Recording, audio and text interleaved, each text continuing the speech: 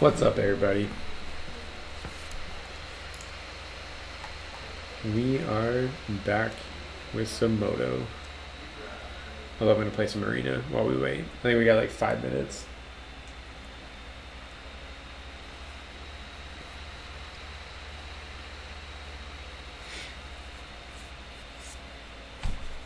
I have a pretty sweet draft deck that I was playing.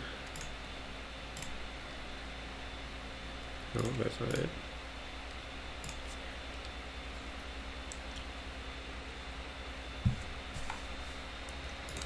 Why did my picture suddenly get so small?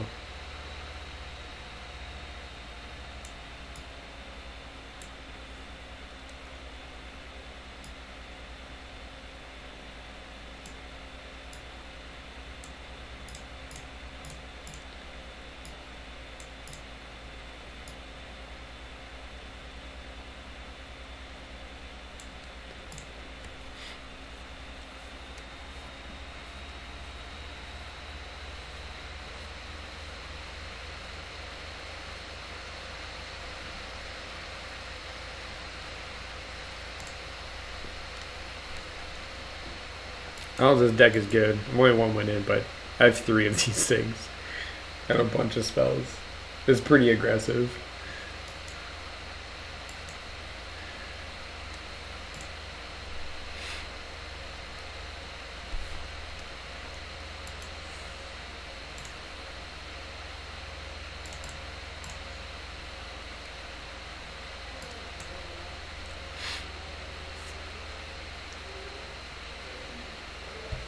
I'm gonna have a ton of fun with this draft. That's really, really cool. Yeah. Let's get it.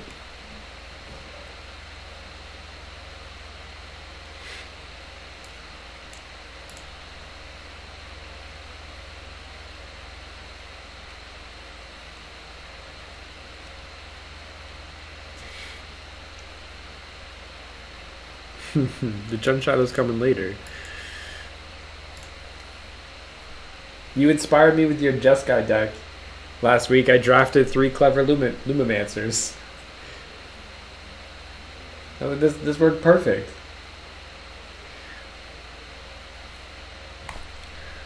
What do we got here?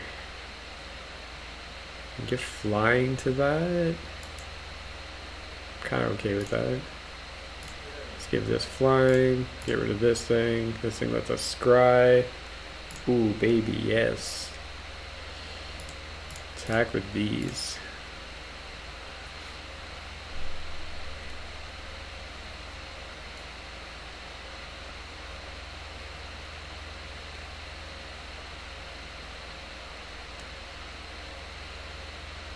Can we kill him? We block 1. Yeah, I guess we probably just attack.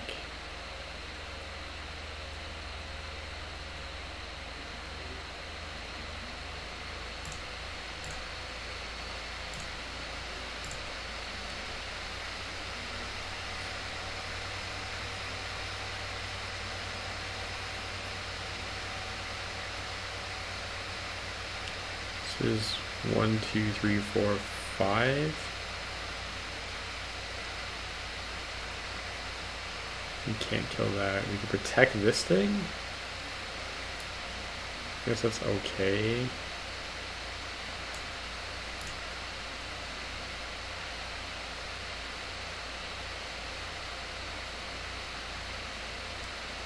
We could have killed that instead. That might have been a little bit better.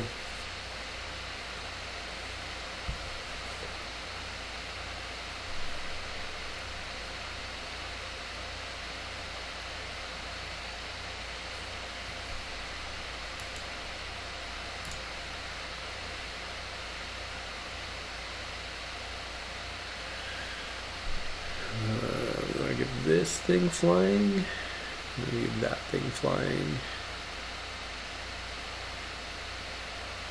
He wants to trade that.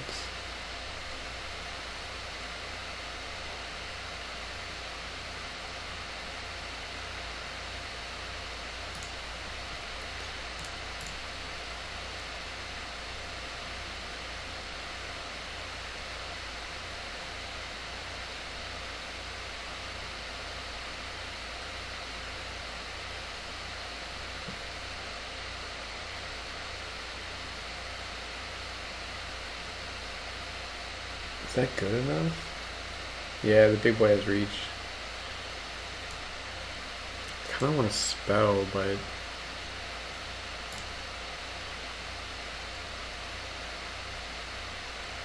might be okay here.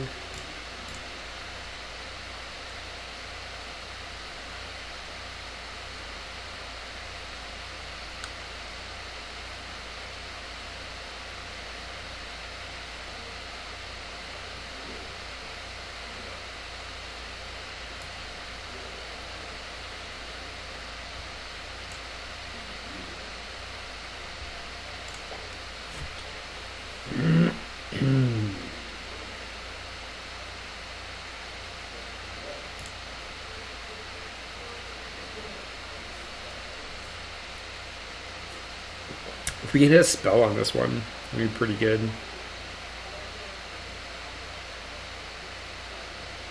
Especially if we can hit one that learns. Hit something that learns and we can double spell.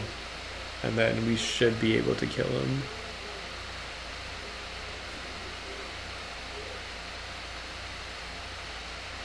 Other than that, he needs to deal with our flyers.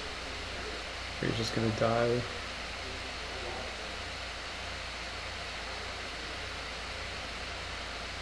Yeah, that's kind of shitty.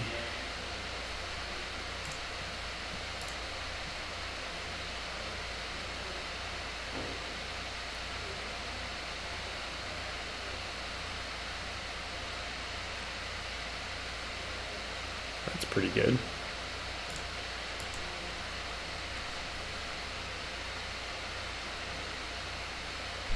I think I'm only playing 16 lands in this deck. Oh, he's got fire. That sucks.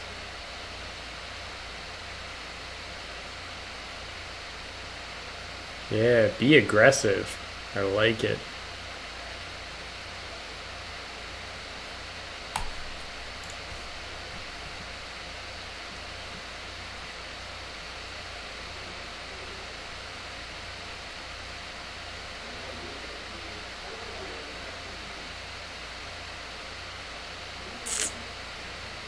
Kind of want to be able to do that next turn.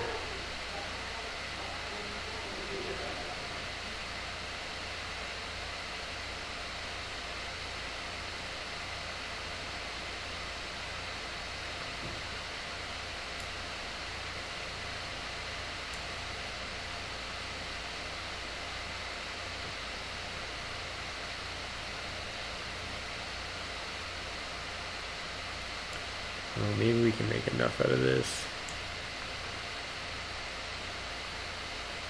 Make this thing block.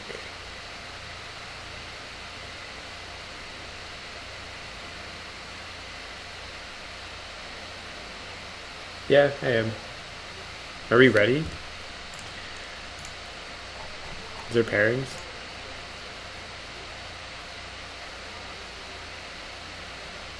Oh yeah, there are pairings.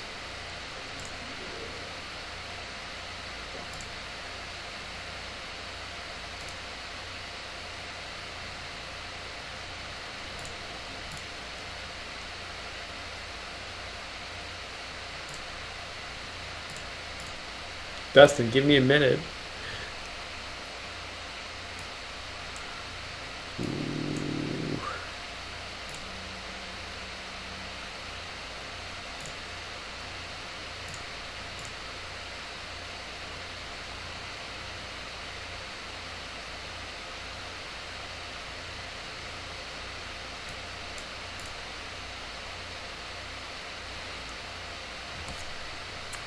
It's a mistake. I definitely should have done the first striker.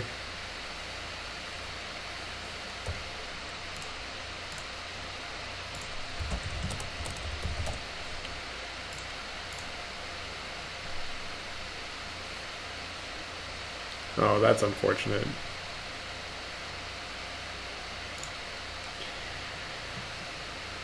He got me.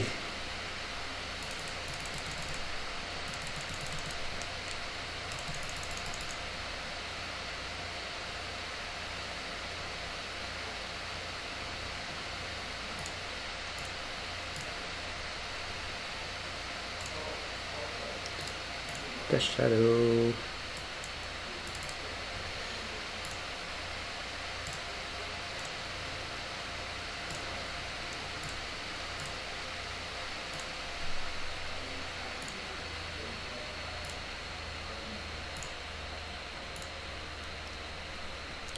We are playing Jun Shadow again. I was thinking about playing Cat deck, but I've been doing much better with Jun Shadow. It's like a legit deck.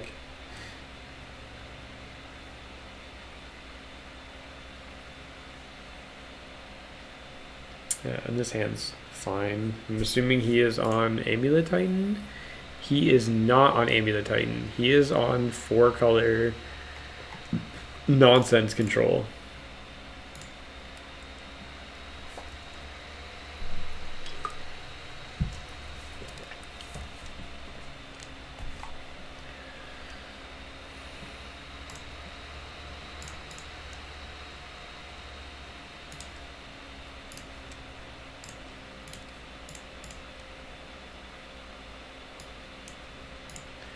Take the random 6.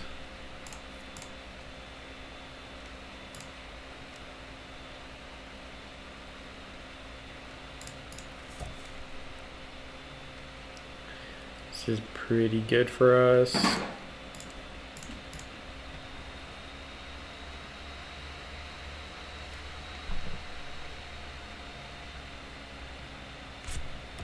Oh, did he draw the counter?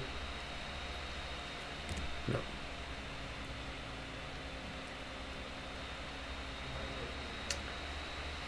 Bring to Light or Dryad. I guess Bring to Light's the actual problem. Dryad's annoying, but we'll be able to kill it.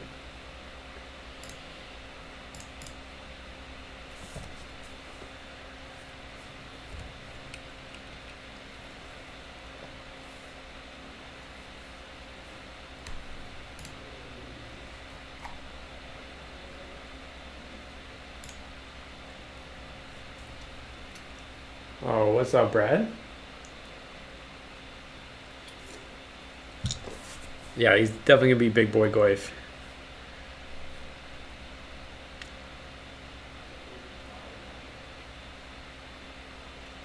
I saw that you were sold out of collect. Oh no, he drew the Renin 6.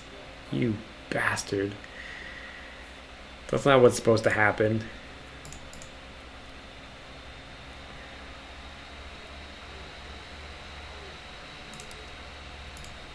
Yeah, I saw that you were. I'm not playing Dredge. I saw that you sold out of collector boosters for tonight. It's only set boosters left. I want collector booster box opens. There's a Dryad. And the Foothills and a Forest. We are going to kill this. That's not going to work. Kill that thing. Pay mana.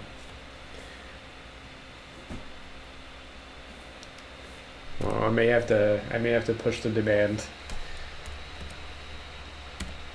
I need some fancy Japanese foils. Oh man.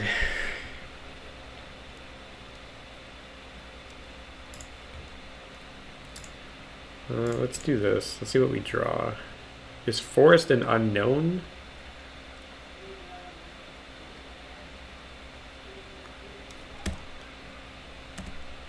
I think I'm ignoring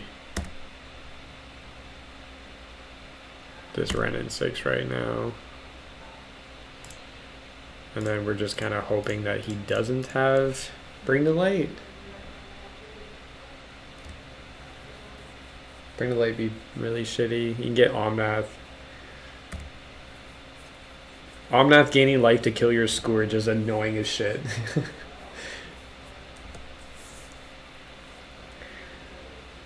Oh, no, Teferi, okay, okay. Sure.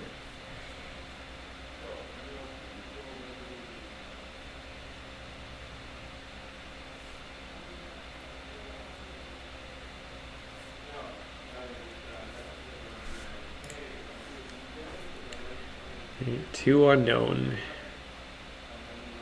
So I can just play all of it. Just don't care about Red and 6. Does he have a board wipe? He does have Supreme Verdict. That could be pretty bad.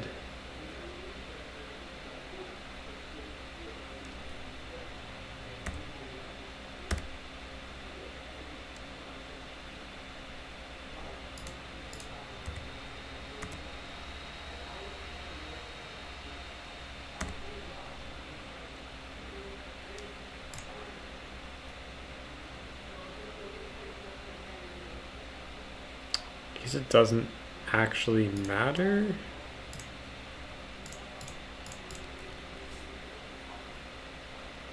If he has Supreme Verdict, or if he has Bring the Light, then I'm dead anyways.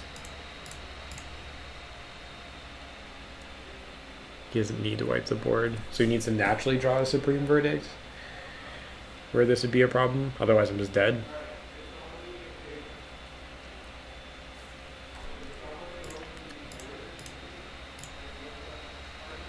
He'd also just draw.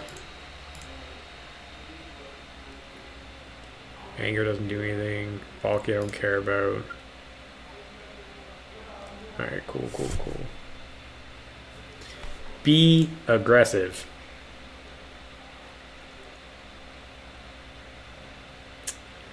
What do we want here?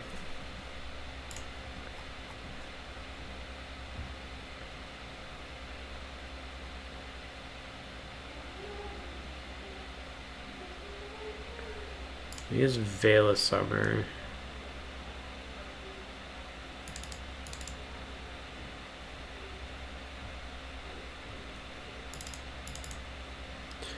Lavamancer's not needed. Hex is possibly not that good. Scourge can be a problem. Crocs is pretty good. Doesn't really have Graveyard Hate? No. Cake Man's probably fine. He doesn't really have counter spells.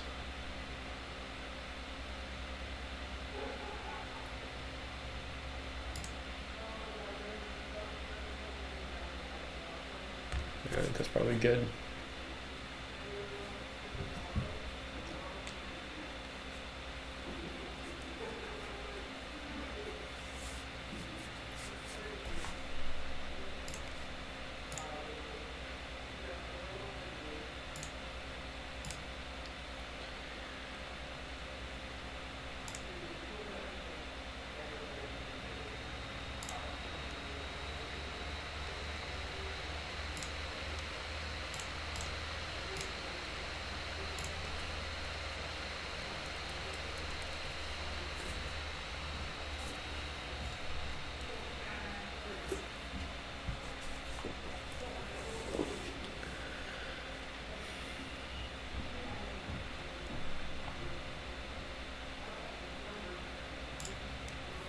Not great. Oh, that's much better.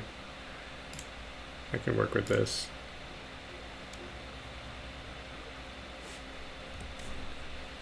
No Veil. Beautiful. Let's see what you got on top. Ketria Triome. Renin 6. Oh, we're definitely taking Renin 6. Pass turn.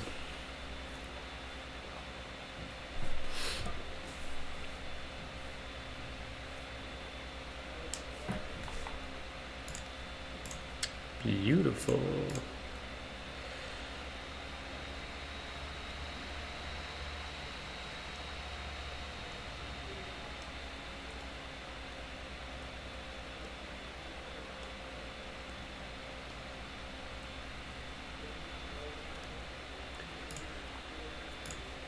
Get Tomb.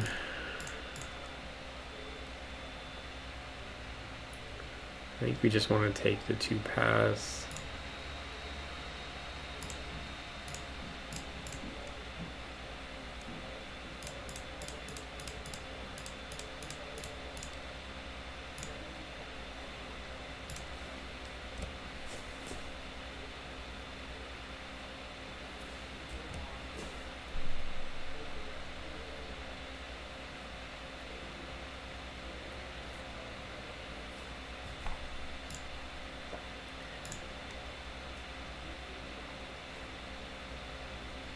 Do we care about Dryad? I don't think we care about Dryad.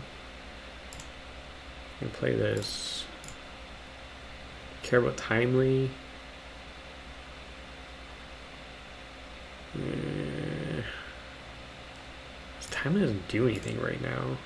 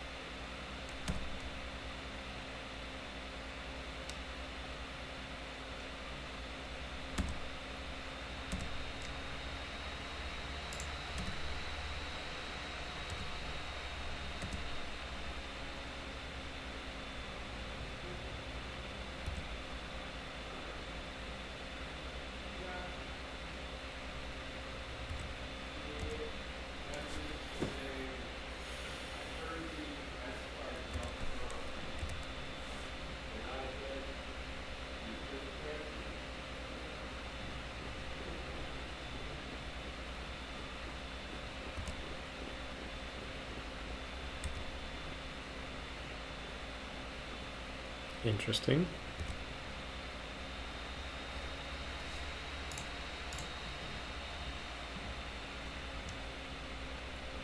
Assuming this means he has removal.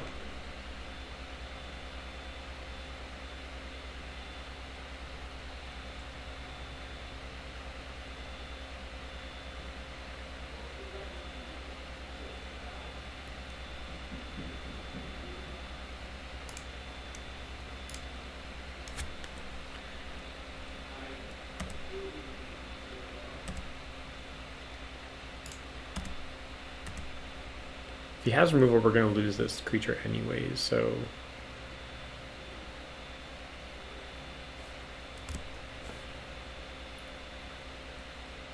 anything. That's very weird. Well, I know he's not drawing anything, so... Escape Shift. 1, 2, 3, 4, 5, 6. So he is one short.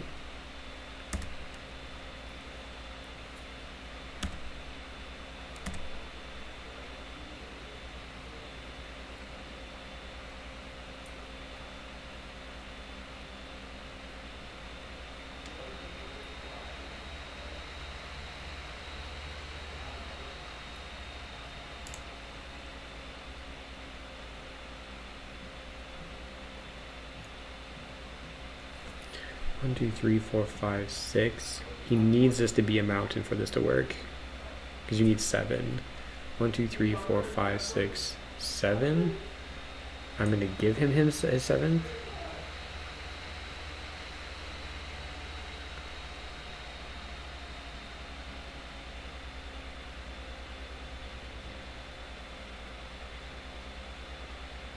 Do I have to let him choose first? If he chooses wrong, then he dies?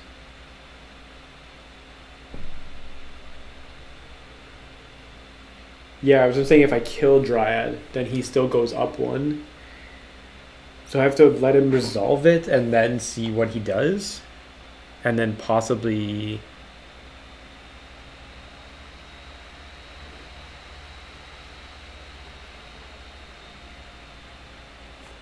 yeah, I think that's right.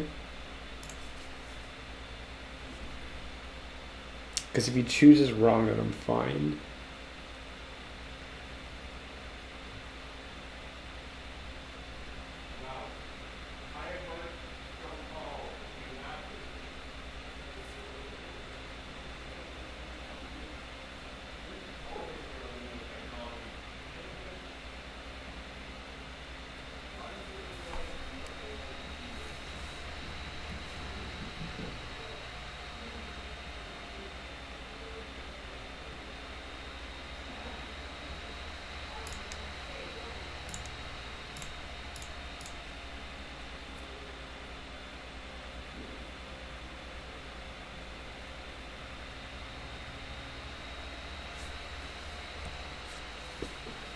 Yeah.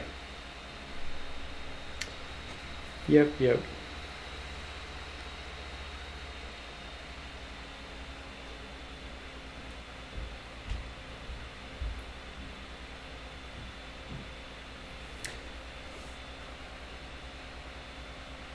How did he get... Wait, how did he get so many triggers?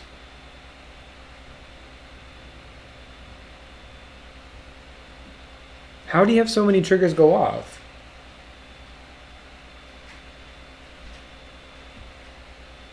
I thought if you blew up the Valakut, it only triggered the ETB for the Valakut.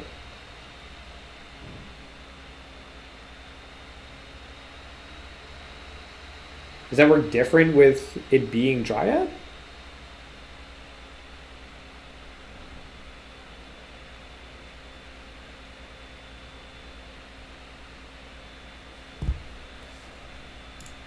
I thought it worked the same either way.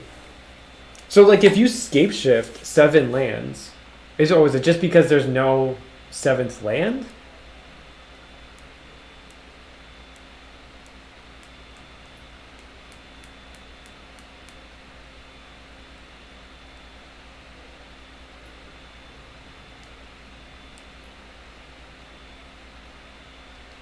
Maybe I'm thinking about this differently with... Well, also, no.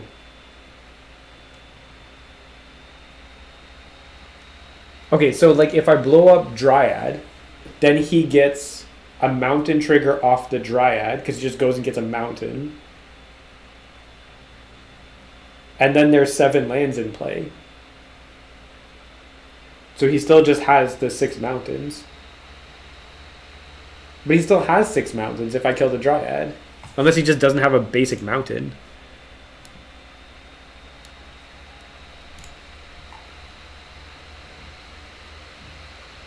Which he does not. So that's relevant, but... So you wouldn't have had another mountain if I attacked that. Oops.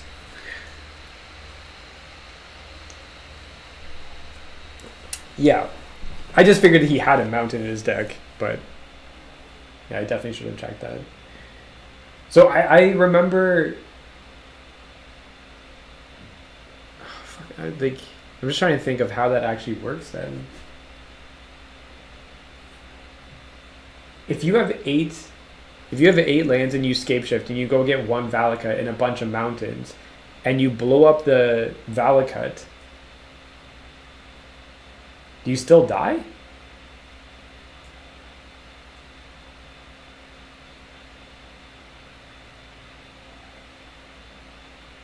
This has just been a while since I've played with Valakut, but for some reason I thought that worked out that way, that it'd be fine.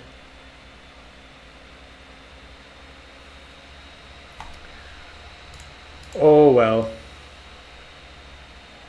I know, as I'm saying, I thought I remembered that there was a way to get around that. Like if you blew up the Valakut, that there was some trigger that didn't work there. Maybe I'm thinking that like blowing up a mountain, if you blow up a mountain, assuming they don't have another mountain in their deck, like if you ghost quartered a mountain, they don't have enough mountains to come out, but that mountain still triggers off the Valakut because it has to enter the battlefield before you destroy it. Maybe that's what I was thinking, but...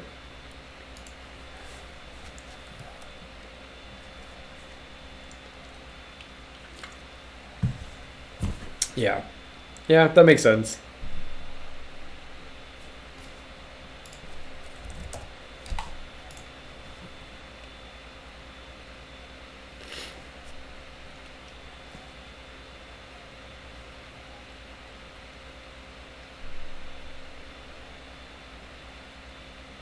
Yeah, I definitely should have just looked at his deck list and verified that he didn't have a mountain.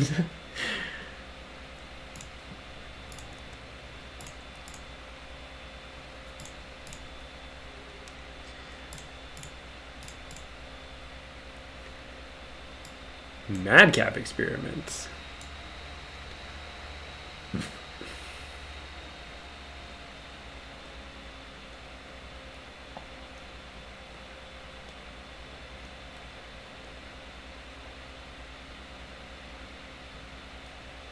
don't think that's actually like good to bring in against me. Maybe it's fine.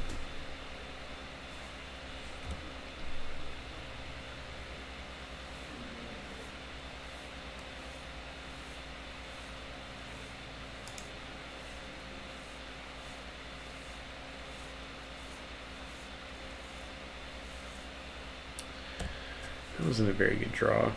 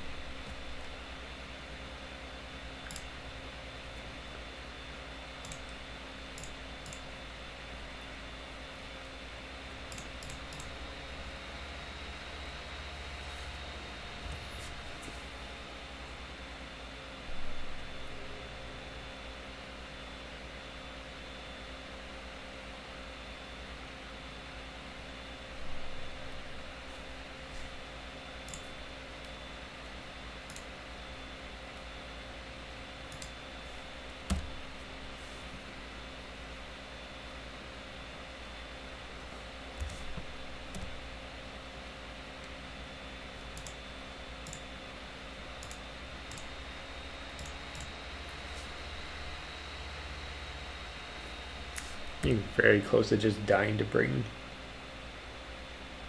Hey, Brennan.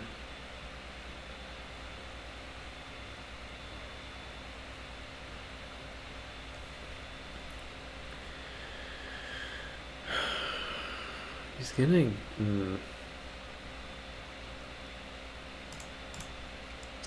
Gets to bring the light for something here. Oh, that's gonna be a problem. Back on top.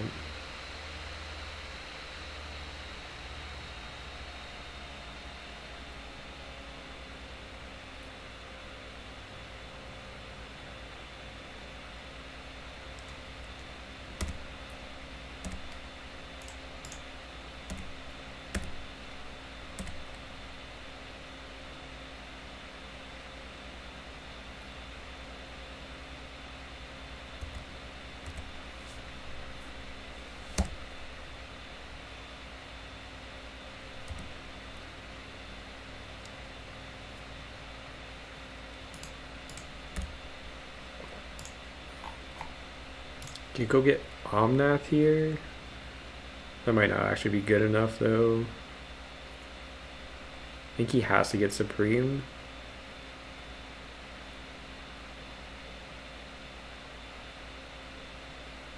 Yep.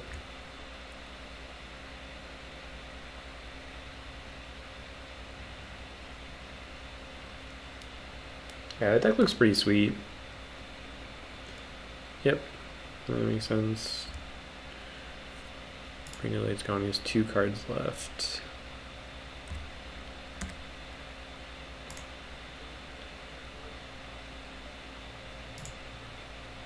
Back our Dash Shadow, make him discard.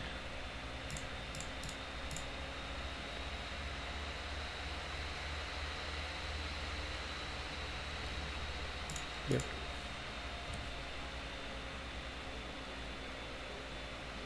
Oh, that was pretty good.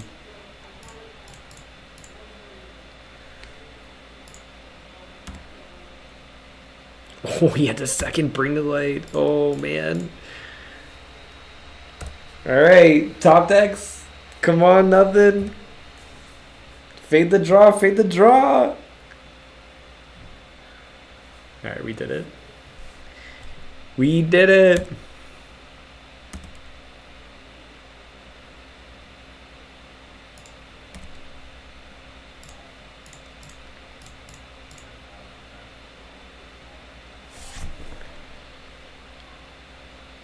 GG, boys. GG.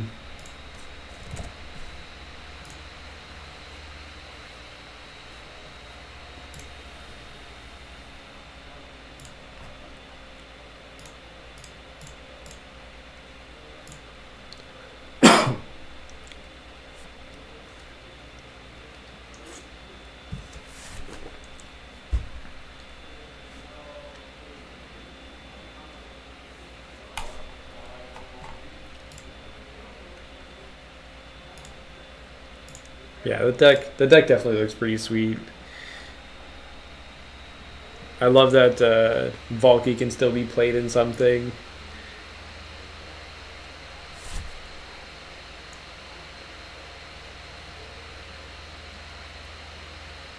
Get to watch some Bootown breaks in the meantime.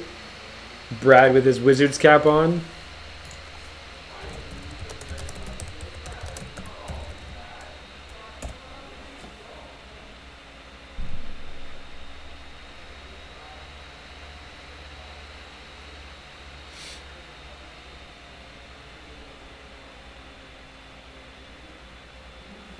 Yeah, you don't think Amulet's in a good spot?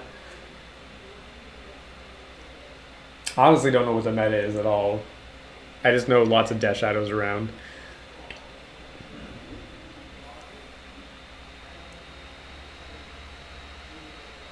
Honestly, all I want to do right now is draft. Yeah, that's fair.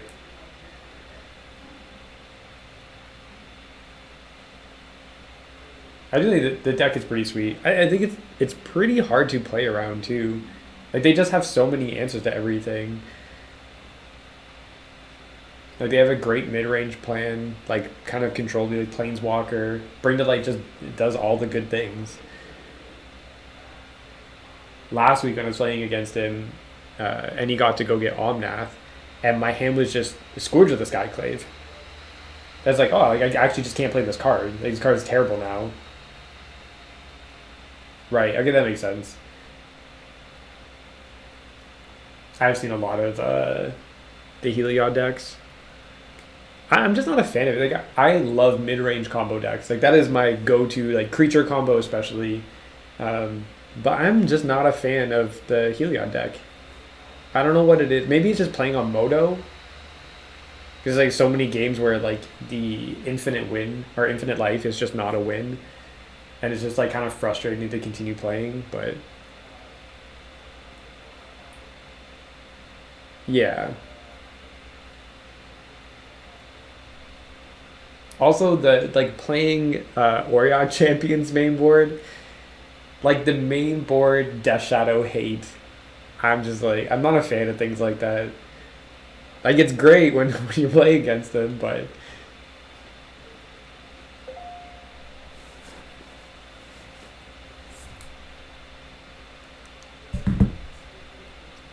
oh yeah, for sure. Let's check out Bootowns. Bootowns, what do you got for breaks tonight? You guys haven't seen it yet? The Bootowns breaks. It's a great thing. Oh, he's got another one up.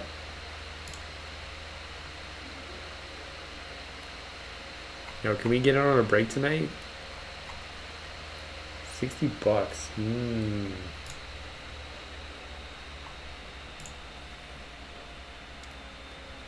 Alright, don't look at my credit card info. Let's change this over quick.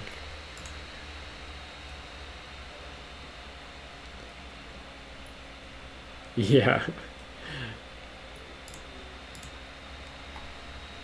Why am I not signed in? Sign me in.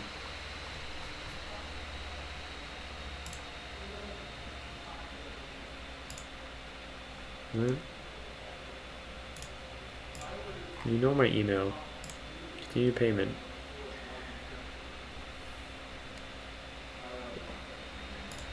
I don't even have my credit card information. Where's my wallet?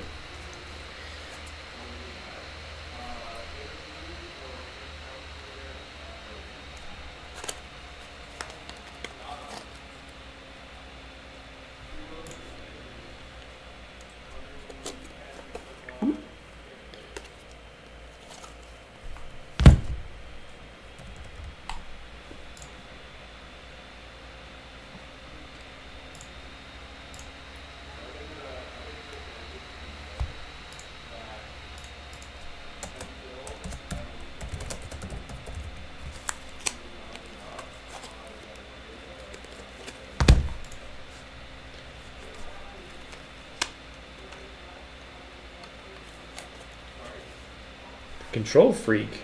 It's a control freak. We just get raided? 4369.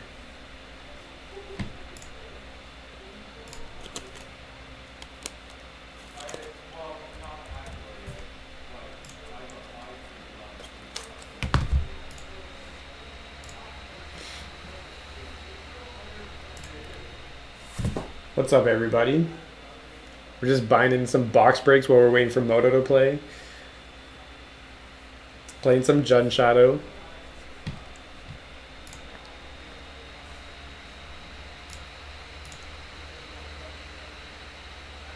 Bhutan's has got some collector boosters for Strixhaven that they're doing some box breaks on, which is super sweet. I'm a big fan of these Japanese cards.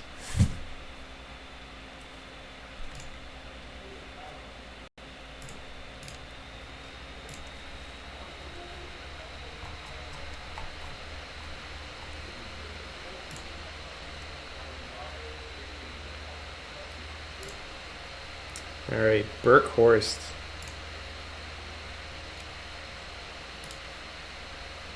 What is Burke on today?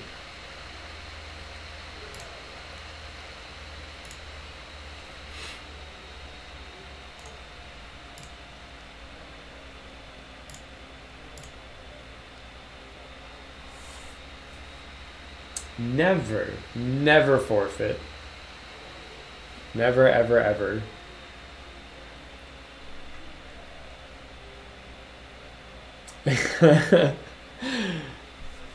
Burke, what are you on tonight? I can't see your deck list. I'm assuming you were playing some nonsense enchantments. Enchantment tribal combo.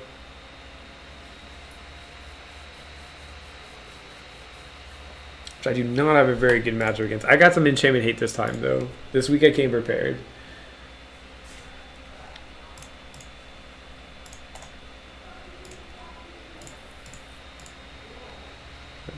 Where are you? There we go. We are on the play. Pretty sure he's playing mainboard ley lines.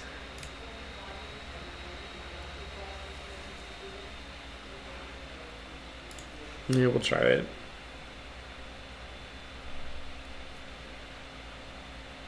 Oh, we're not on the play? Oh, never mind.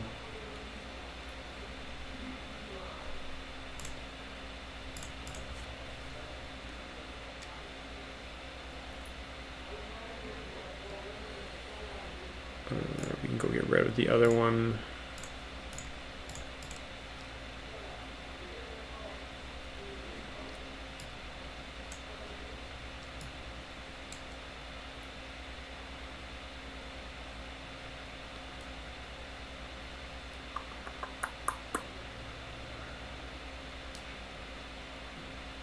That noise is pretty annoying, but I think I have to take the Phyrexian on life. Just take the combo pieces while we have a chance.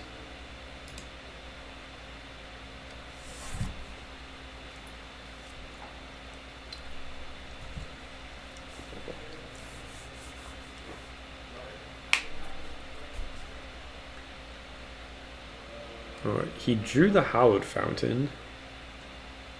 Oh no, he fetched for that? Never mind.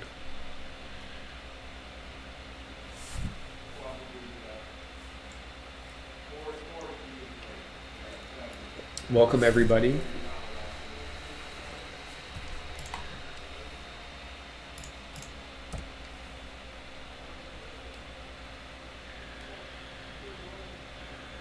We go down to 12.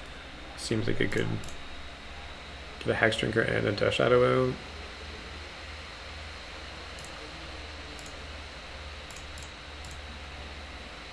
Fatal Pushes are pretty dead in this matchup.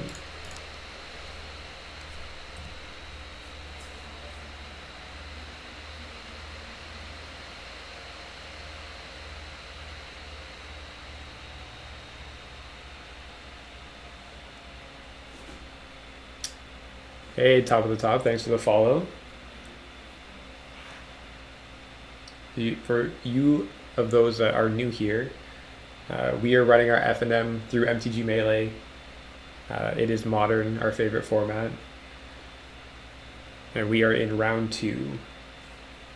Playing Dun Shadow, and I beat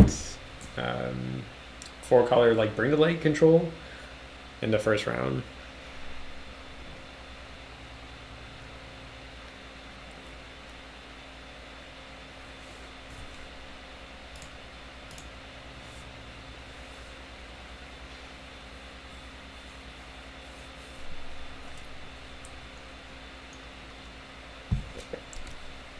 We are also watching box breaks in between from our good friends at Bootowns.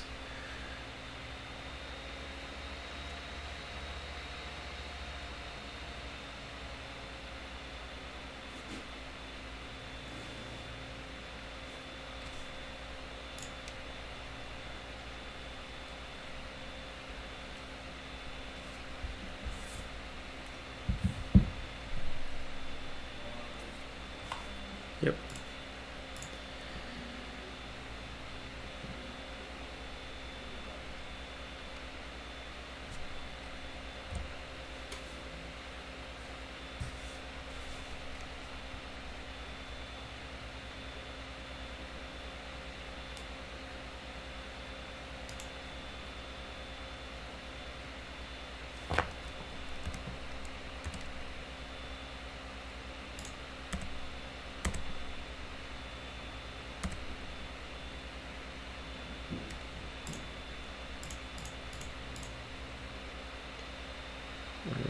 It doesn't really matter.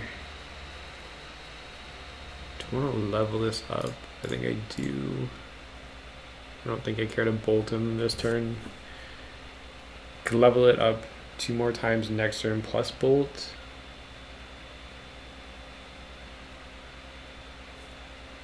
It's a decent amount of damage.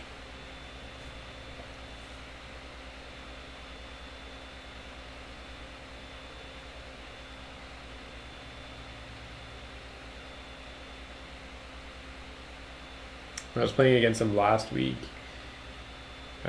my deck only had like 2 enchantment removal. It's like 1 Assassin's Trophy and 1 Unravel the Aether or something. It's like impossible to beat. He has so many enchantments. I think he's got like 2 or 3 different combos with like Solemnity and Phyrexian Unlife and was it 9 lives? I think was one of them. Well, that's a good sign for us. If he has to dig. If he doesn't have the removal for one of these, how much damage is that going to be? He's going to go 14, 6, 7, 8, 9, 10. Yeah, it's close.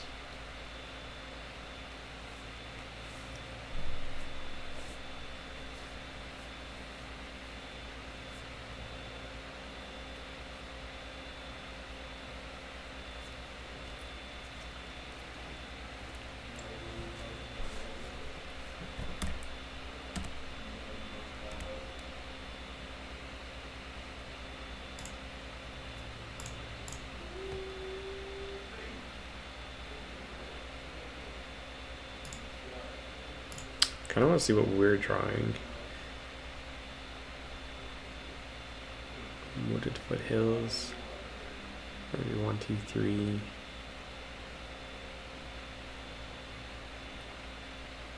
Yeah, that's still not enough.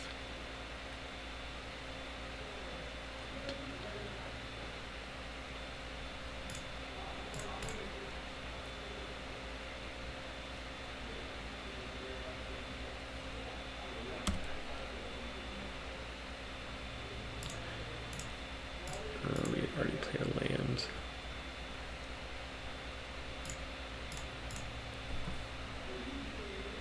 Oh, undo.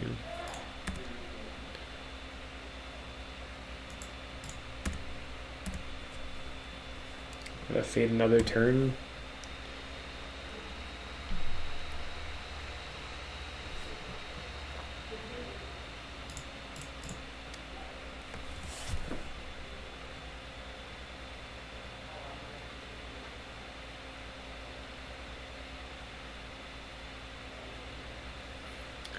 So he has a lot of cards that just stop us from being able to win. They just delay us so many turns.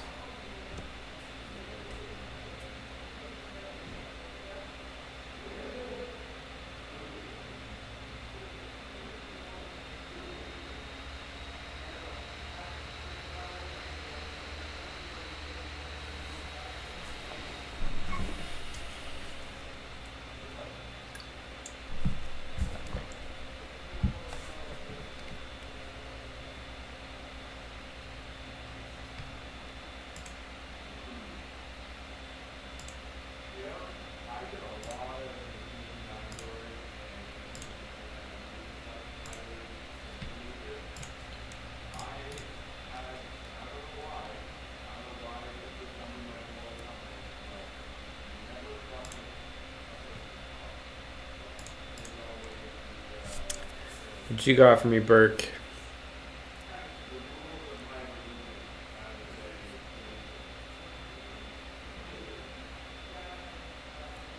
Okay.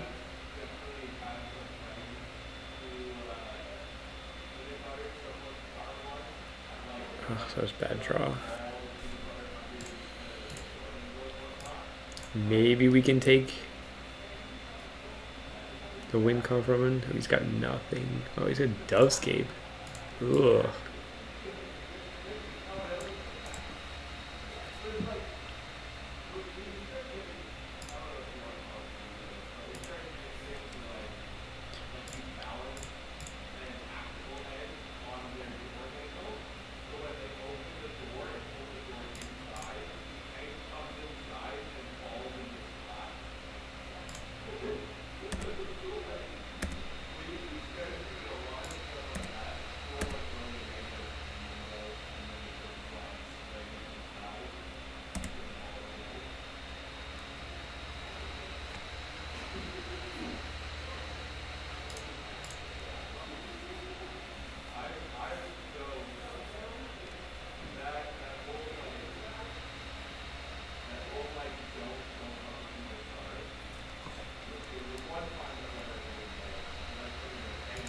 We don't need to do any more damage to ourselves now.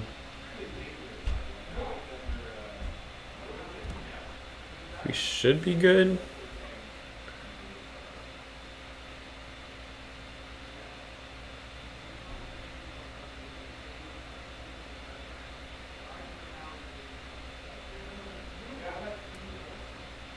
So we make a protection from everything now. So even if he gets a creature out of something here. 2, 3, 4, 5. He can't cast Enduring Ideal yet.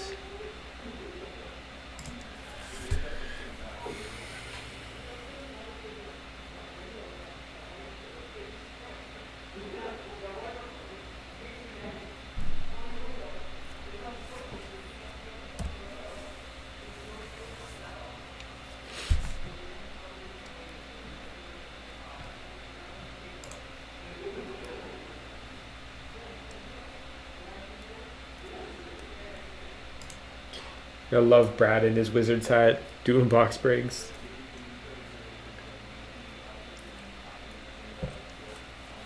This colorful shirts. Oh, that sucks. That was a really good top deck. We need Assassin's Trophy. That does not help.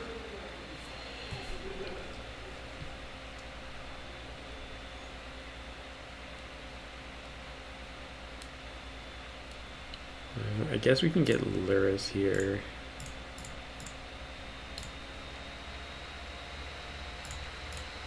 Level this up.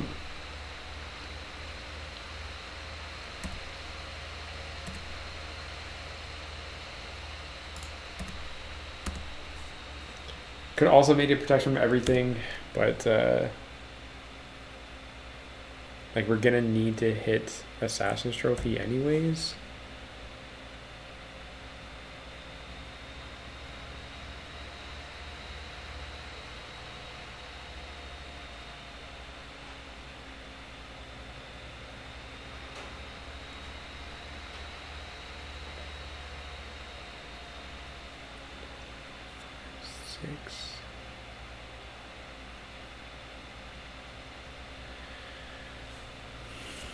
He might have enough for Enduring Ideal now. 2, 3, 1, 2, 3, 5, 6, 7.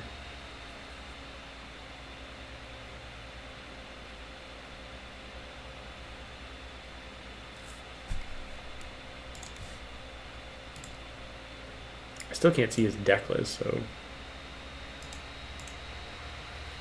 Which is weird.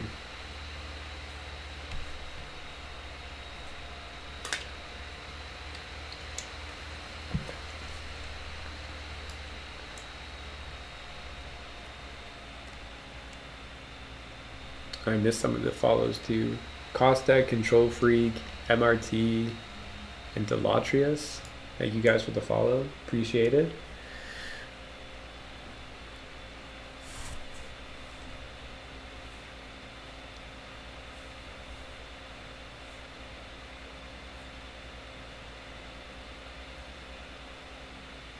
Yeah, what are you doing, Burke?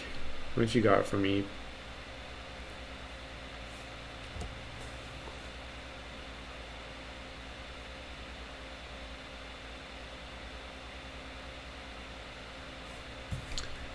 Do I even have Assassin Trophy main? Do I just not even know my deck list?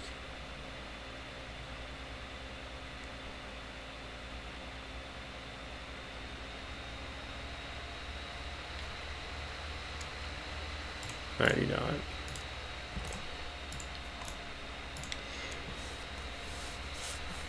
Assassin trophies are on the sideboard.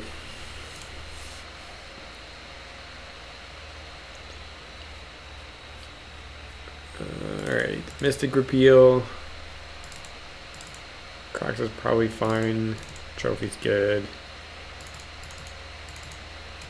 Push is dead. Dismember's dead. Lavamancer's pretty average.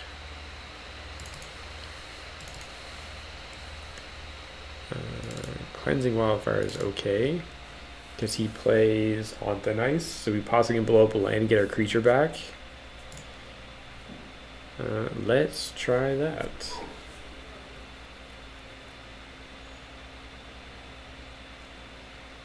I know he's got 4 ley lines, which really sucks, but not much we can do about that. If we have the hands with the discard, we got to keep it and just take the risk.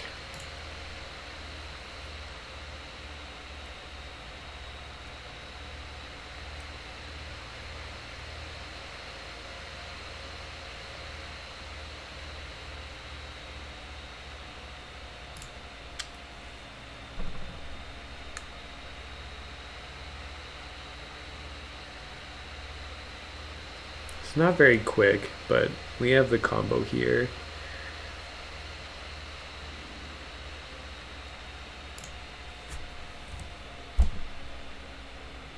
That combo can end the game pretty quick.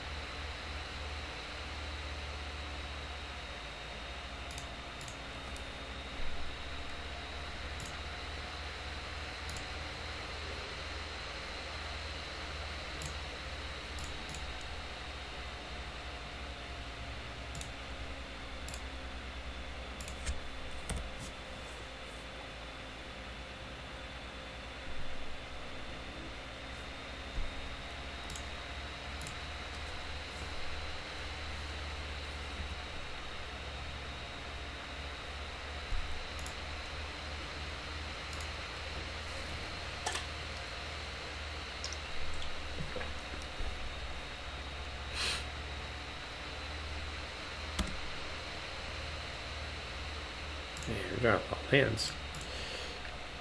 Well, we get to play 2 creatures this turn, so that's decent.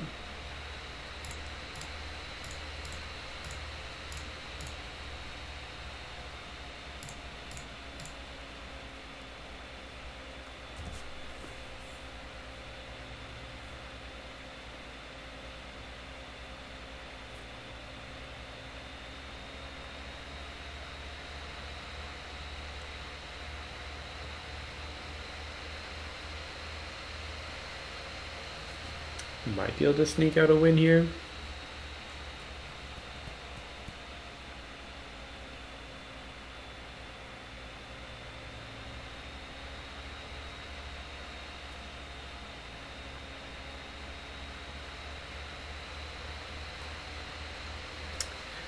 That thing is super annoying.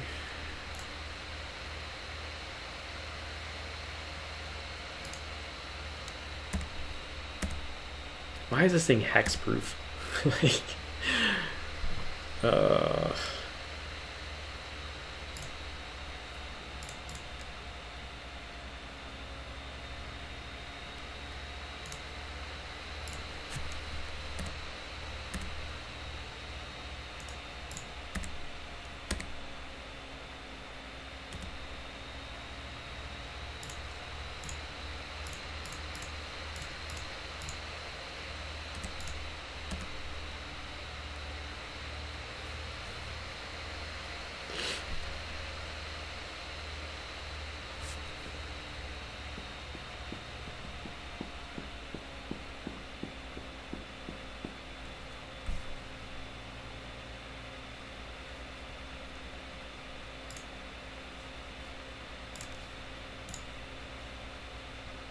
ooh, that's pretty.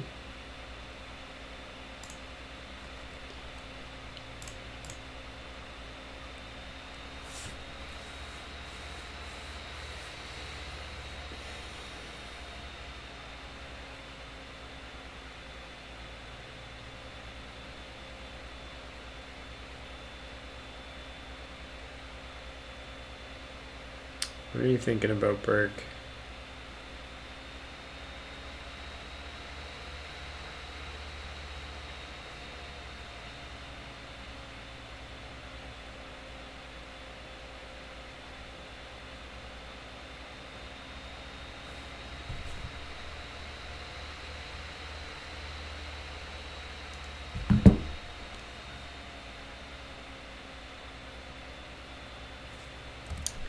Another ley line.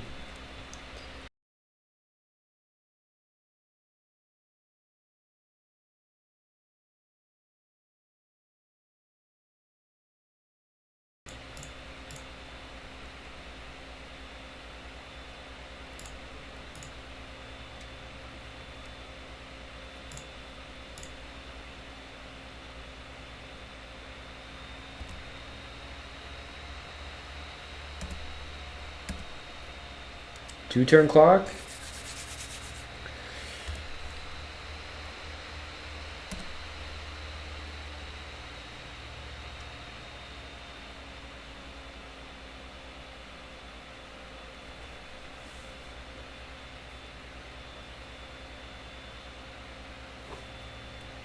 Sure.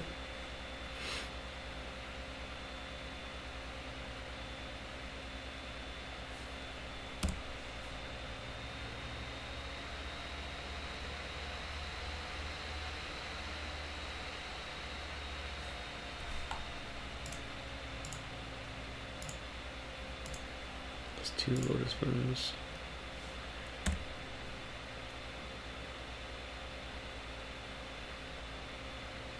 Does that do anything? Oh, does he get to choose? That would be really annoying.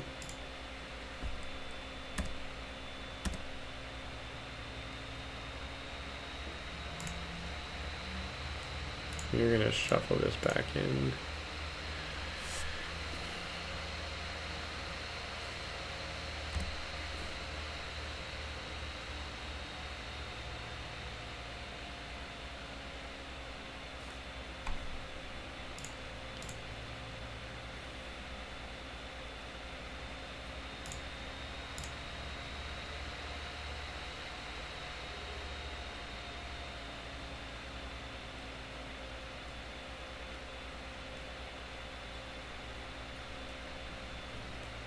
Oh, that's not gonna help us.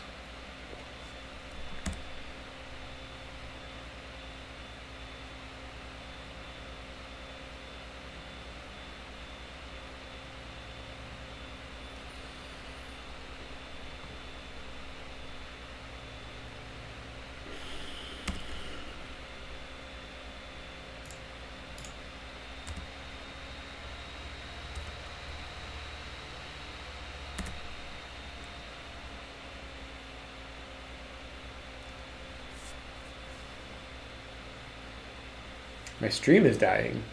What do you mean my stream is dying?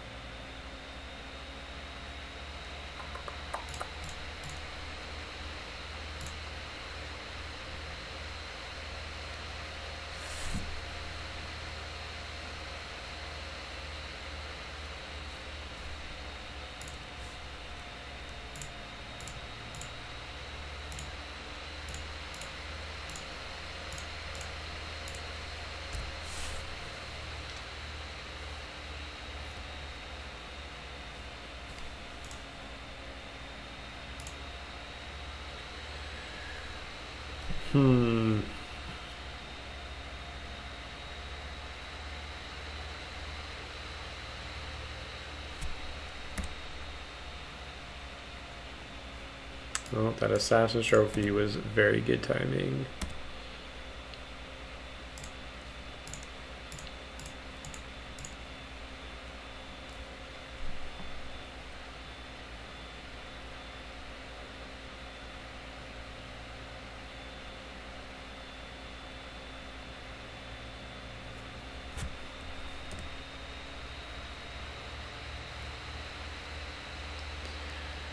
That doesn't do anything.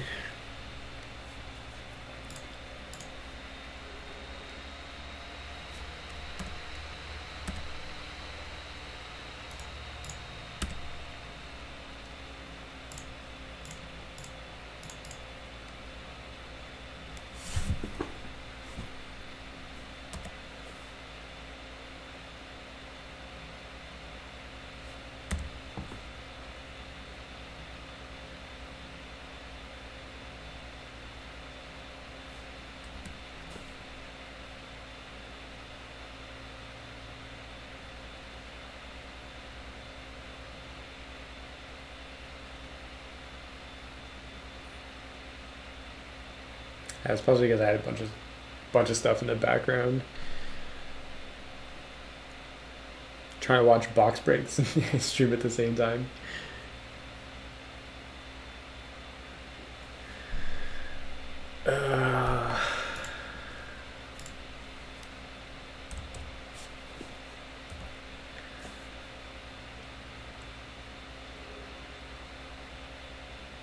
We need to draw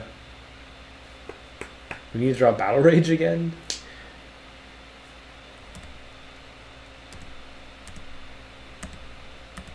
Otherwise he's gonna have another turn. You can put two on each 9 lives. So frustrating. It's also got a billion mana now.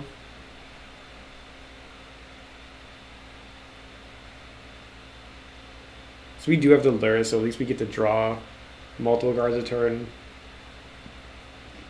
So if he does give us enough time. Also doesn't do anything.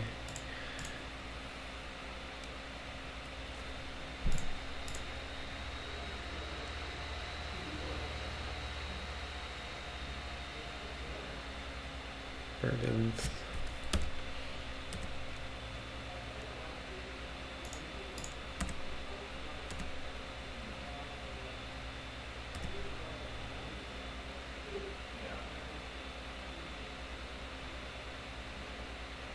Oh, wait, does this thing stop?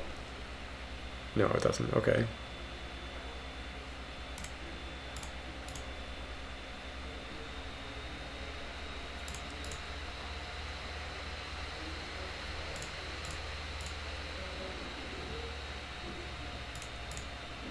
It's gonna be 2 mana up just in case we draw Assassin's Trophy. Not that I have anything I need to Assassin's Trophy right now. Oh no, we knew what it was, just fine. Never mind.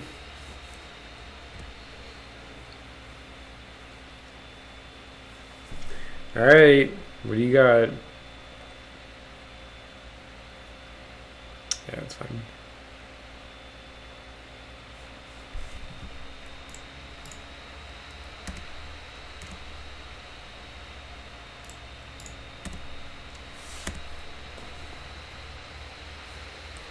Attack for 25.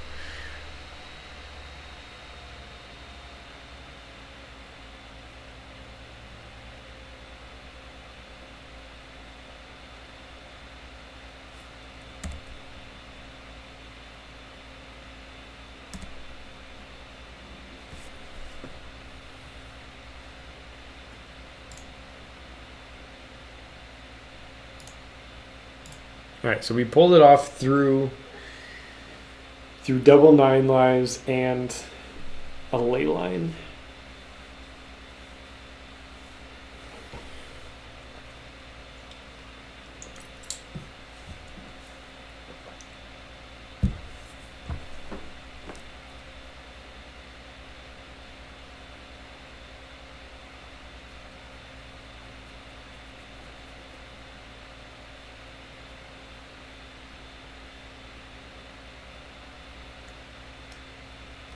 I don't think I'm going to change anything. There's really not much else we can do in this matchup.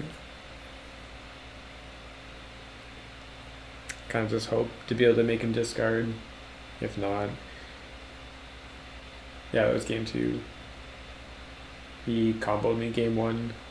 I don't have any Assassin's Trophy game 1, so as soon as he got the combo, I couldn't do anything anymore.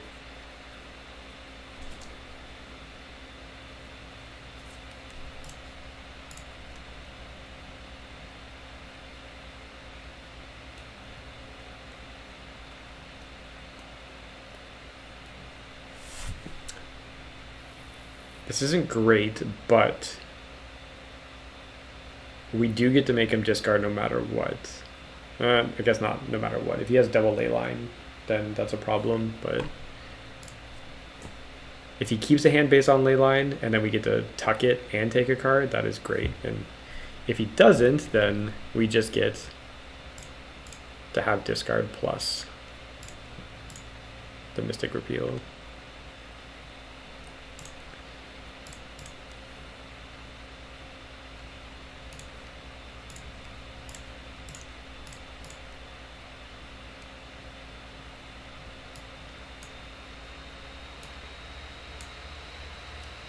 Form of the Dragon.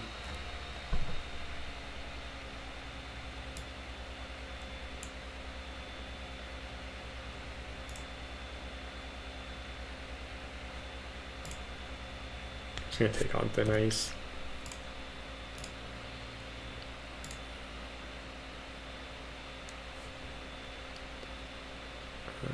What do we know is on top? Is that right?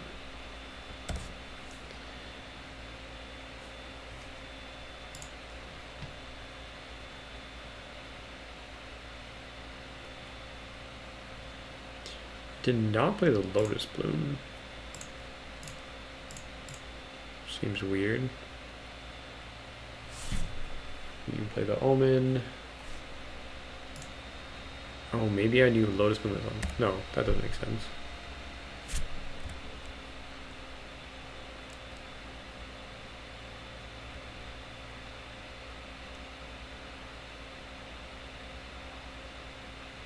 Hey, Scarlett, what's up?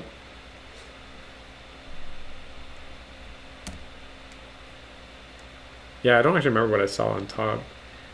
Ooh. Alright, well, I have to take that.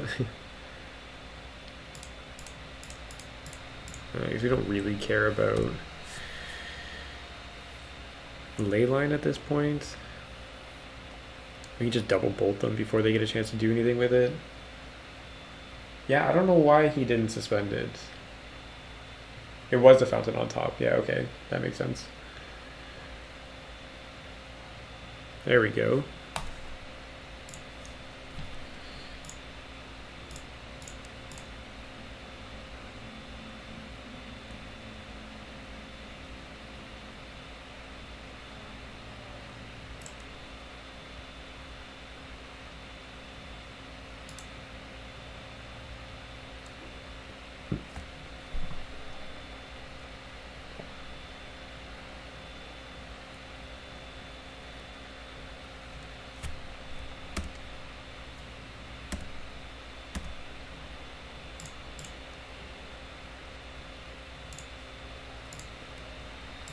That's annoying, but we will get some counters on that.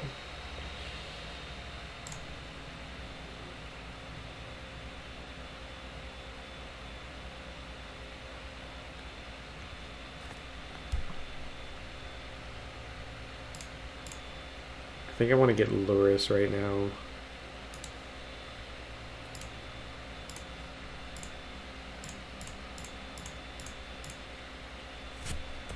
I might lose the opportunity to bolt him at the moment, but I kind of want to get a creature out so I can at least start attacking.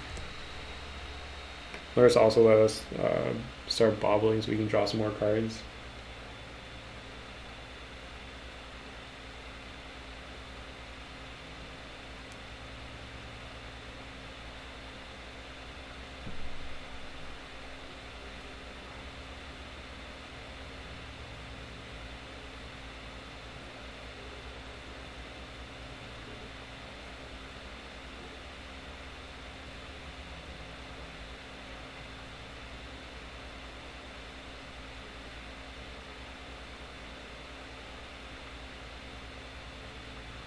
Yeah, that's fine. I'm not too worried about him having time. Realistically, like if he gets the combo, like I'll just concede anyways.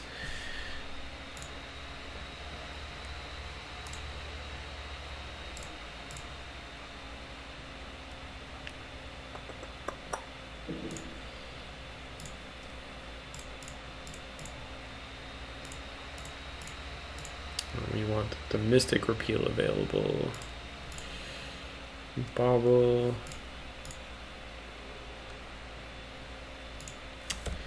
Well, those lightning bolts are not helping. It's the beginning of your upkeep.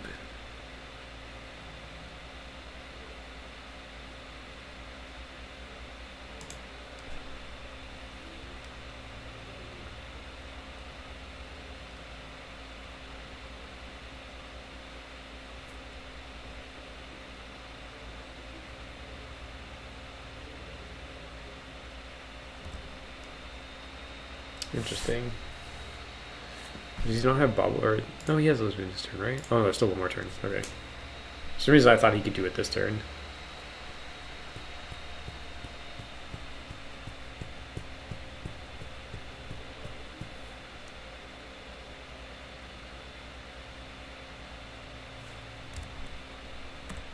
Another lightning bolt.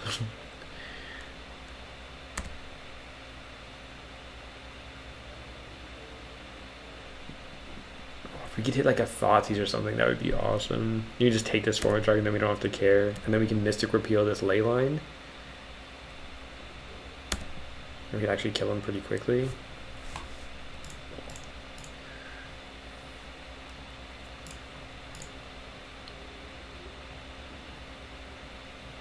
Ardent is not good.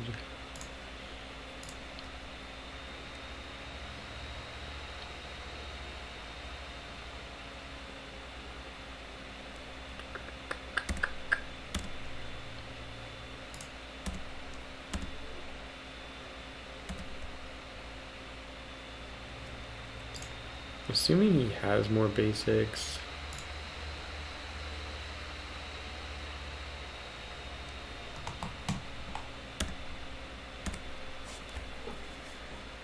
Don't really want to blow up his land yet. If he does get like a on thin ice.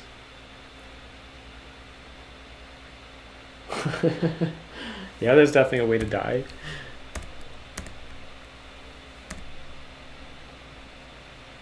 Yeah, and I could cleanse myself.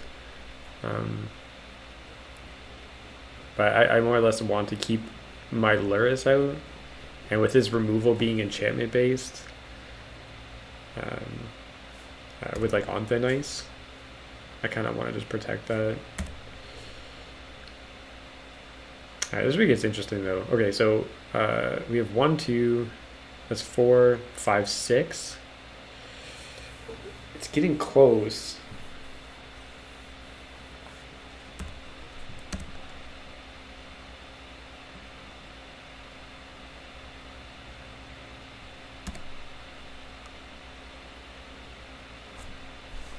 It's decent.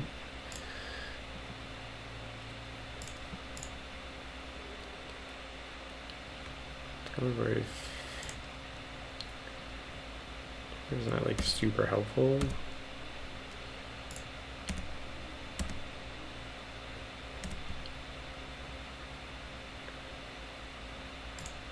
As long as we keep the land open though.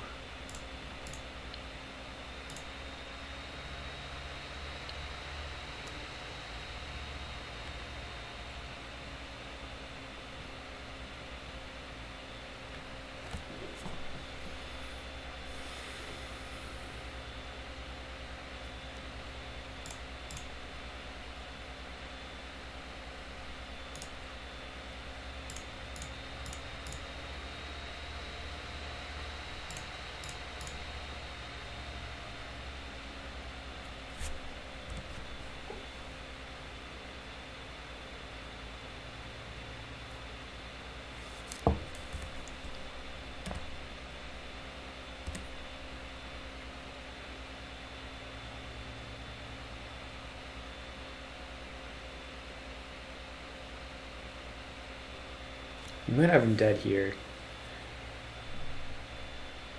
I might actually be able to do this. That's 6, he's at 3.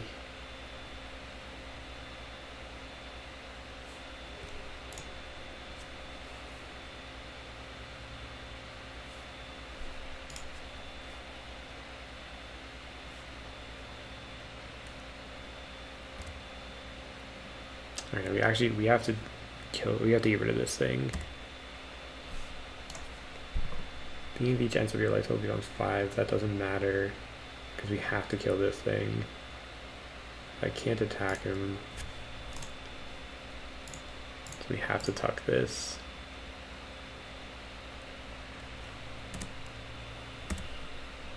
If we hit something to blow up this ley line, he's dead. That does not do it.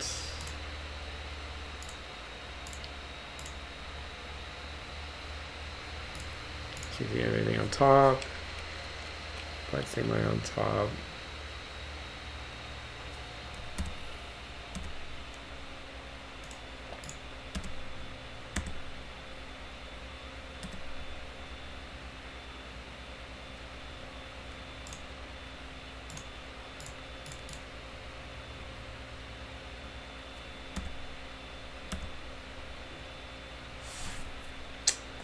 Yep. Unless he can combo somehow.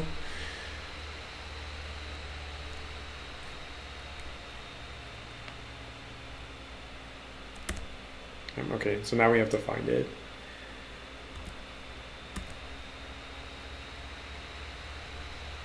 We have 3 things we can draw.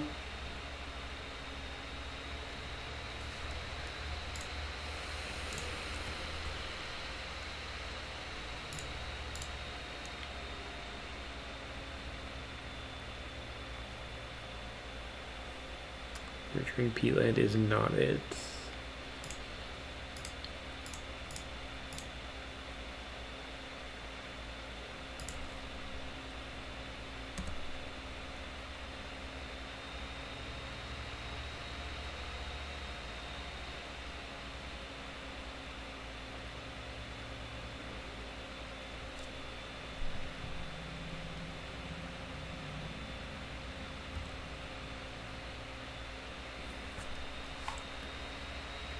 It's actually decent. So if we can just take him off cards.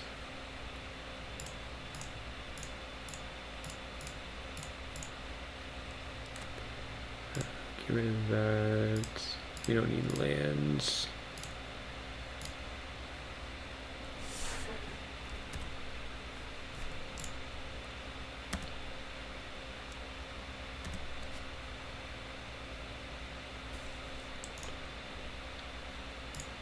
It just doesn't matter.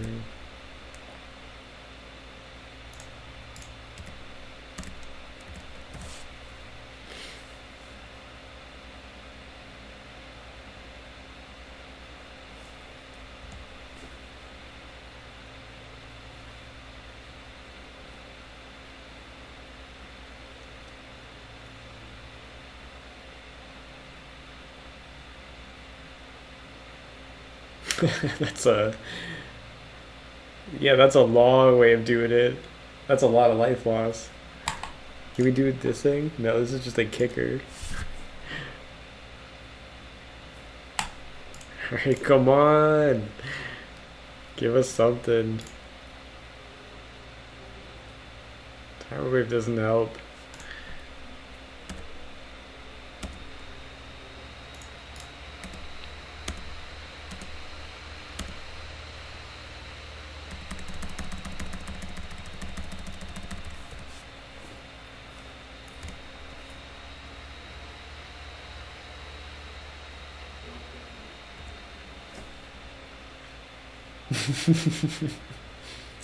Still the long, long way of killing him.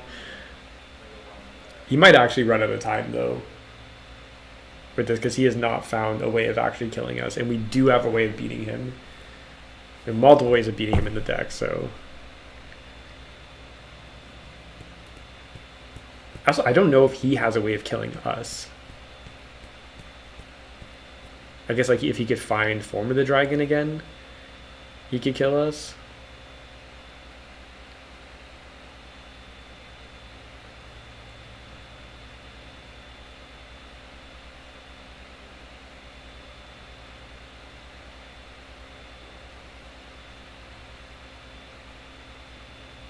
Yeah, he still has Form of the Dragon. I just tucked it.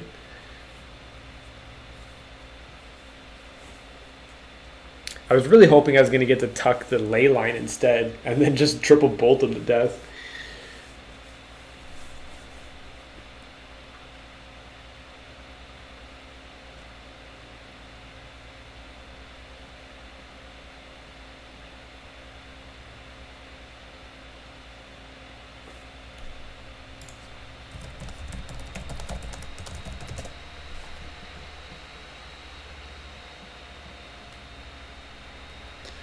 Yeah, fixing unlife also doesn't matter.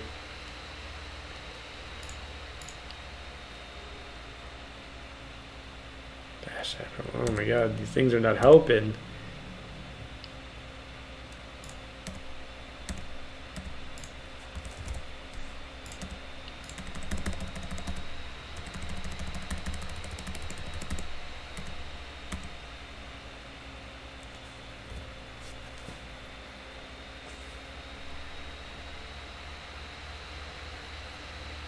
He's digging.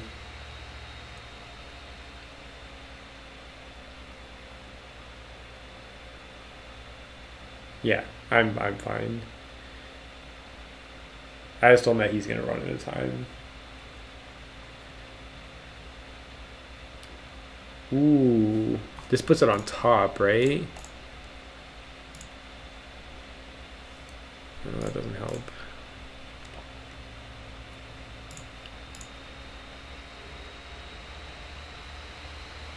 It also doesn't help.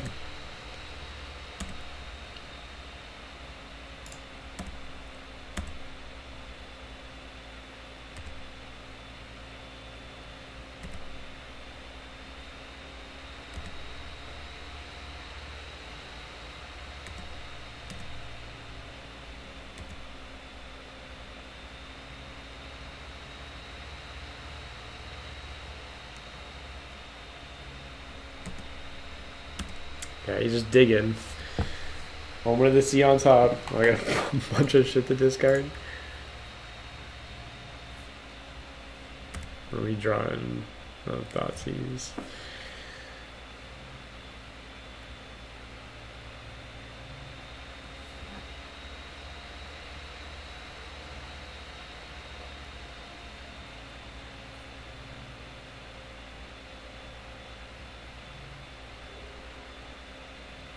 Oh, did he find ideal? Oh my god, he did! No!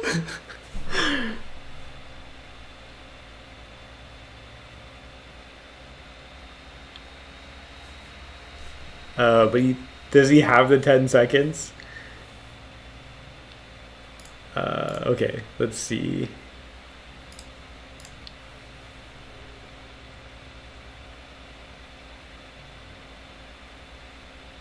I'm gonna die on his upkeep though.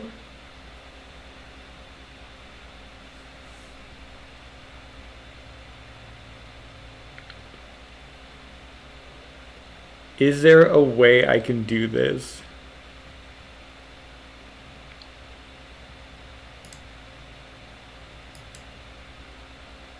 It's an upkeep trigger, right? So no. Oh my god, I can't believe this.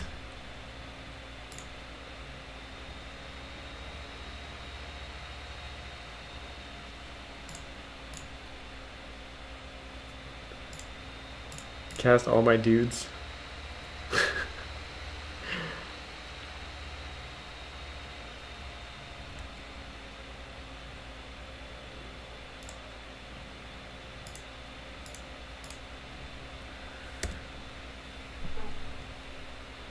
I can't believe this.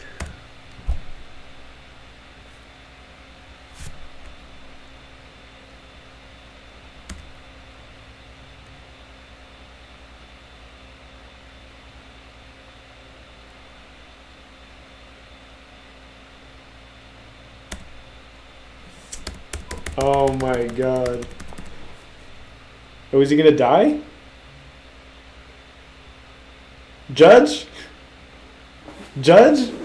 What happens?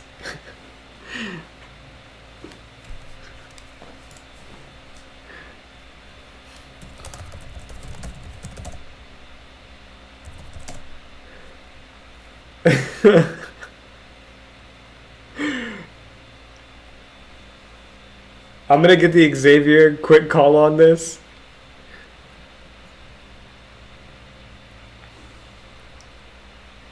It's targeted 1501, but it's at 15 right now. How does this work?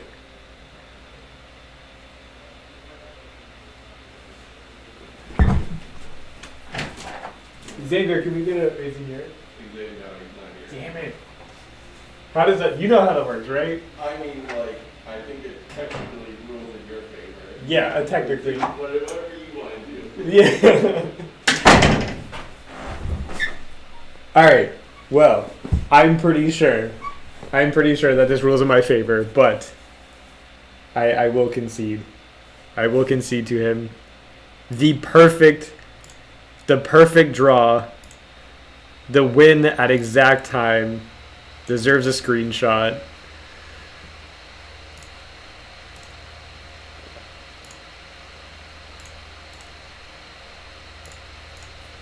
Good job, Berg. Well played, my friend.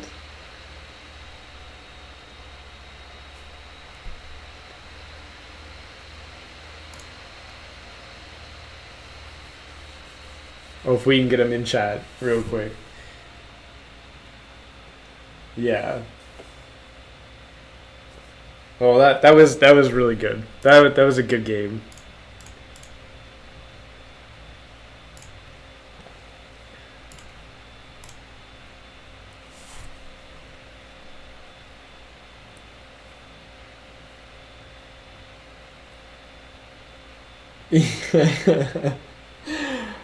Oh man, I can't believe this. Like the only card he can draw. I had so many draws too to get there. To get an Assassin's Trophy or another Mystic Repeal. Yeah. Oh my god. Burke, where you at? Get in here. Oh, we're starting next round already. Alright. Yeah, that was very good. That was very, very good. I'll have to clip that video for YouTube or something.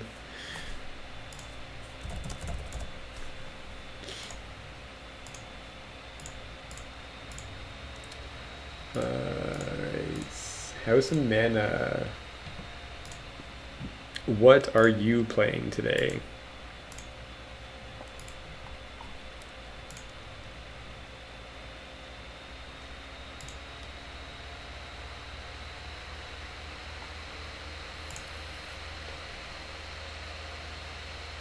Oh, he is also playing. He's also playing this deck. Okay, well, we will keep this. Awesome. That's good. That's good.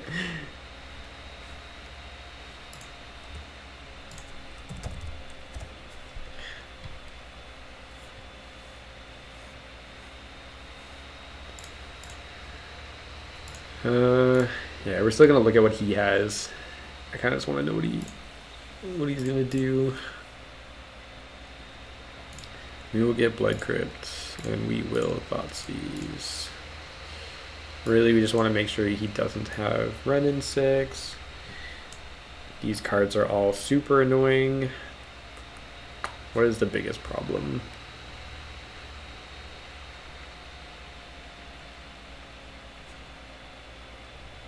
They're all really a problem. Oh, any of these cards. White, white, blue. Savai. What is Savai? Savai white, black? Yeah. White, red, black.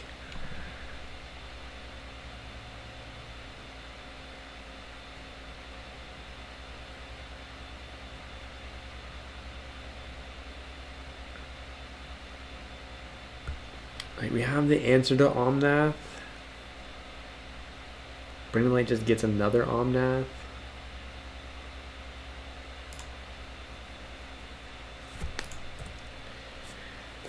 Like, that all kind of sucks. Sounds pretty good.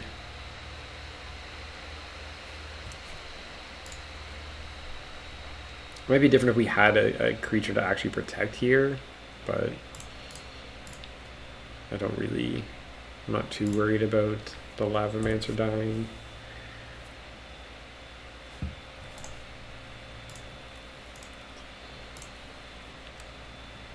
So Vitrium's out. We know about Heath.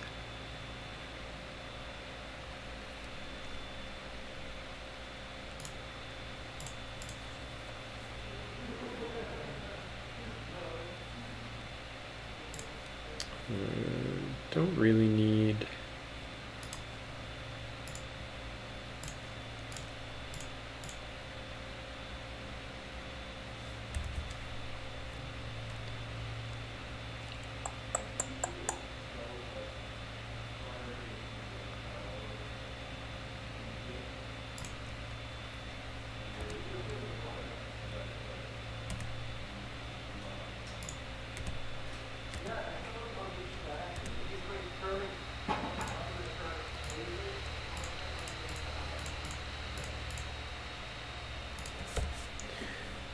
I don't think we're going to be able to win this game. It's a tough one. He's going to get to freely bring to light for whatever he wants here.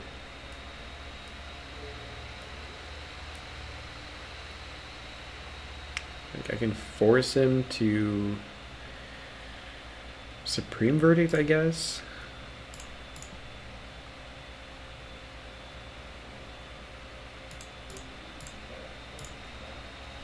Not very favorable for us.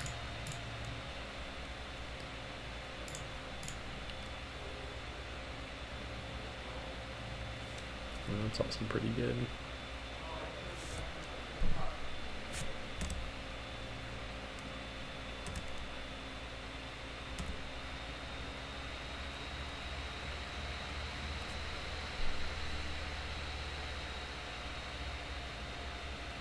I'm assuming the answer is just to Supreme Verdict. You can Supreme Verdict the next turn, you can bring to light. You can bring light, get Valky, kill off our guy. I think that makes the most sense.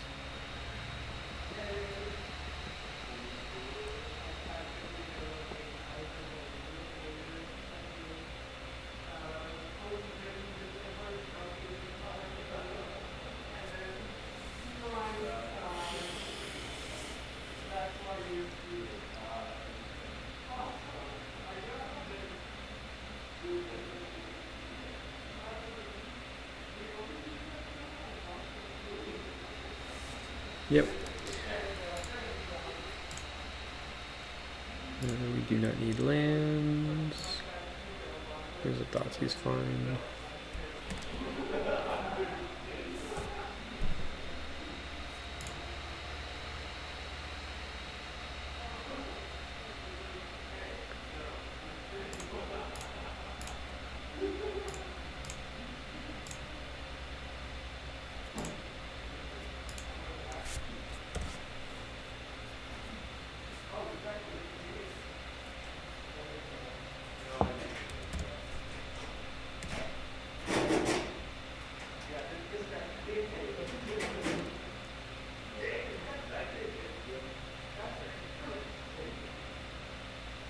So I'm assuming bring to light into Valky here.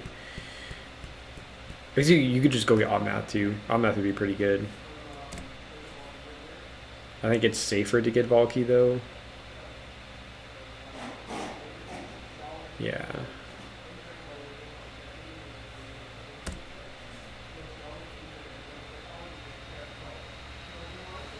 Yep. Let's kill this Valky. And then we're just hoping to draw a creature. Nazis does not help. Well, that was good. We were about to die, so.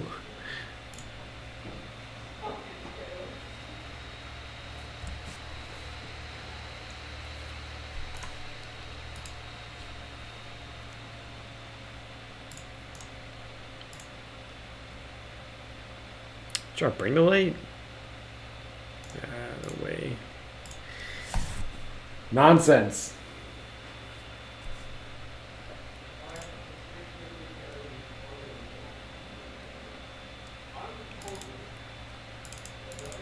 Croxus, Assassin's Trophy, and that's... What did we take out?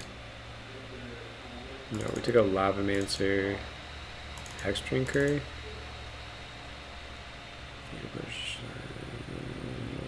That seems fine. Yeah, I think that's okay. Pretty sure that's what we did last time.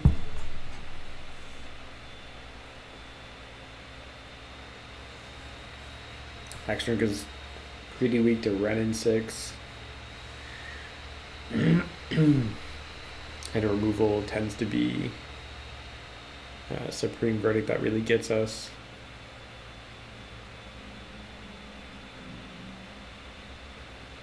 So getting Hex Drinker up to be protection from instants is really bad against Teferi and Supreme Verdict.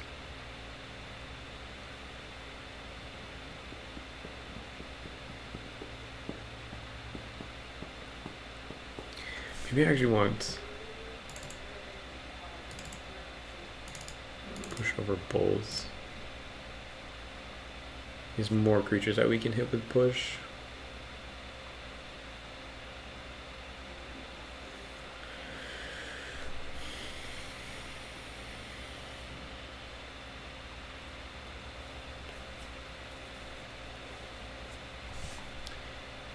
Play first. Get Lyris.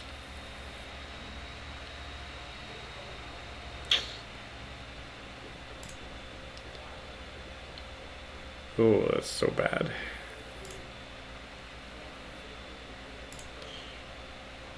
It's average, but we'll keep it.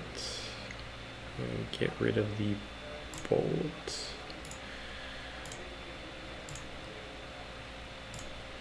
We're going to look at ourselves. Overgrown Tomb. I don't care to have that.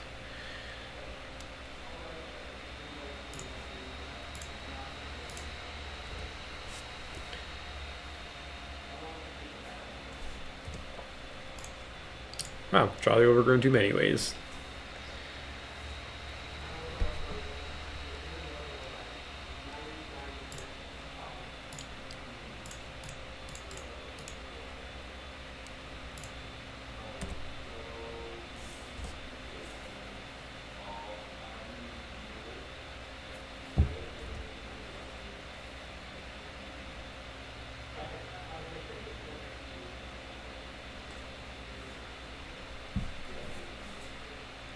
Double Valakut.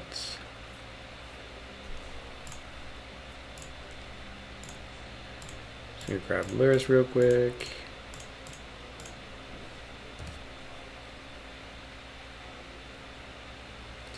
Assuming he has a Dryad hand if he's playing double Valakut. It's the only thing that really makes sense. He'd very easy kill us with these Valakuts if he has a Dryad. Yep. Fetch line would be great. Ugh.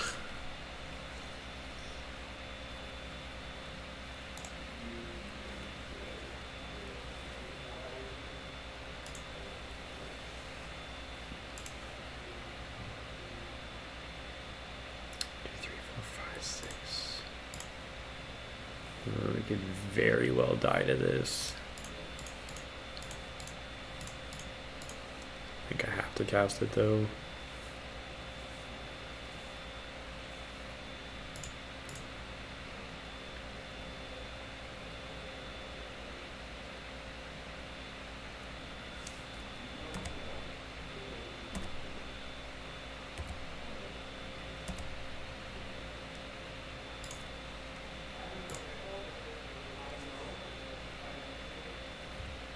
Gotcha, yeah.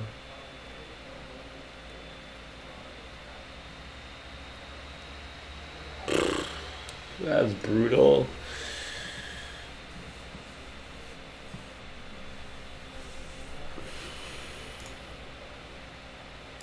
Yep.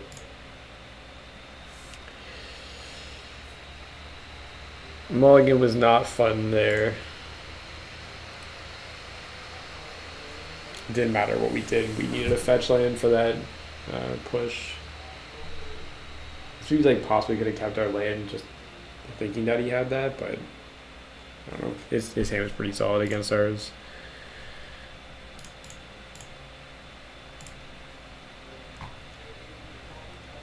I think that's probably a tough matchup.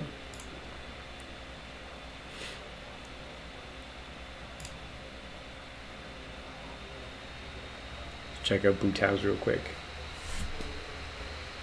Yeah. Because as soon as you played the double Valakut, I figured you were on Dryad. I had nothing to kill it. Well, I had 2 pushes, but I had no way of turning on Revolt there. That was rough.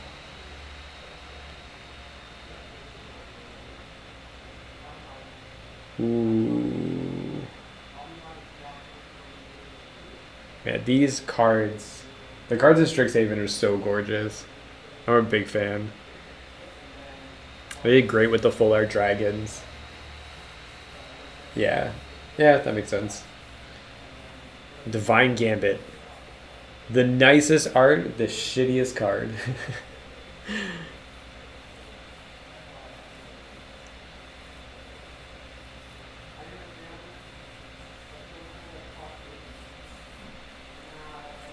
Yeah.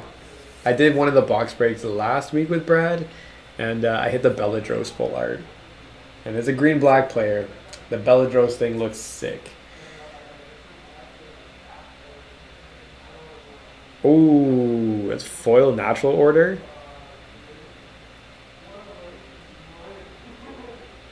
Man, I'm just I'm a huge fan of these cards. Yeah. Yeah, I died really quick. I know answer for his Dryad triple Valakut draw.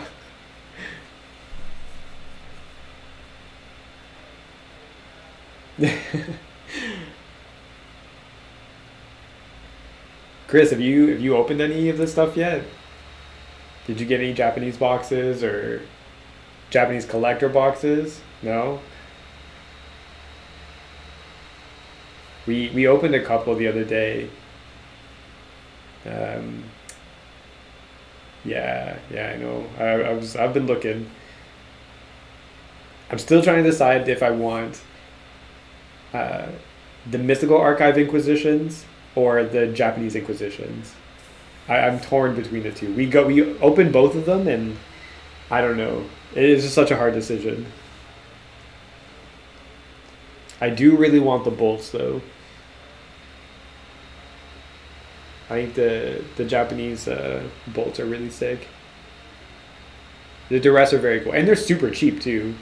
They're only like $5 or something. Yeah, they are very, very nice. $6? Yeah, that's not bad. What is another one that's really cool? The Dark Ritual. The Japanese Dark Ritual is really, really nice. $6 credit, yeah. 6 Chimera credit dollars.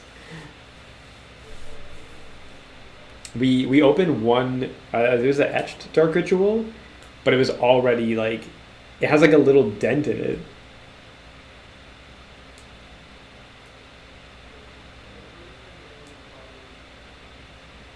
The Go Mystical. Yeah, I don't like the etch. I think they really, really messed that up. Oh, what is that?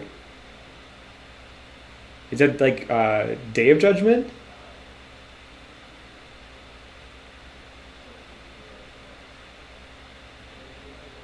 Yeah, he pulled an Etch Demonic Tutor, which that might be my favorite art in the whole set. Although this is also gorgeous. Grape Shot is very cool too. Yeah, we opened a foil Grape Shot. I think honestly they just killed it this time.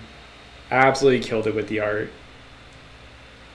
I mean they've been doing great with the art. Like all of this last year, um, they've just done a really really good job. But I definitely think that some of these cards like just knock it out of the park.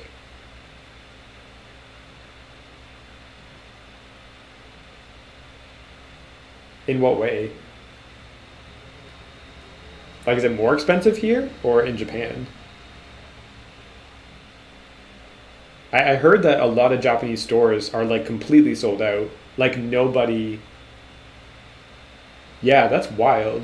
It's like so many people are buying Japanese product and then bringing it back here. So I have a buddy that was in Japan, and they were asking me like, "Hey, can you go to the store?" Wow, really? That's insane. I was looking on. All right, time to start buy listing some stuff to. Where's Haruyu at? I gotta send them some Japanese things. I was looking in the Euro market, and the Euro market is definitely higher than we are. Like we were the cheapest price on a couple sites. So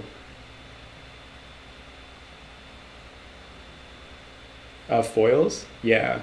Well, they were also pricing their etched foils and their regular foils at the same price, which didn't make any sense to me.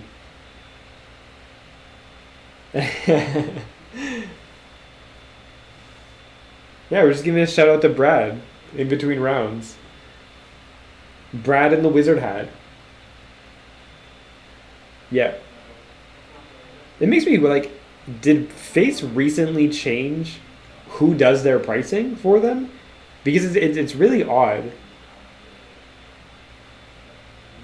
Yeah, that makes no sense. But I've never seen Face price this aggressively before. But usually they're usually really patient. They're usually really patient with their pricing, and they wait until the market is kind of settled before they post any of these things. But this time they were ahead of the game, and then they got bought out. So I don't know if they've just kind of changed their idea of how they should be pricing the cards. But it doesn't help that TCG is also like completely messed right now. Oh yeah, that thing is awesome from the commander deck. Yeah. I saw someone play. I don't know what stream I was watching, but I was watching someone play it, and I was like, "What the hell?"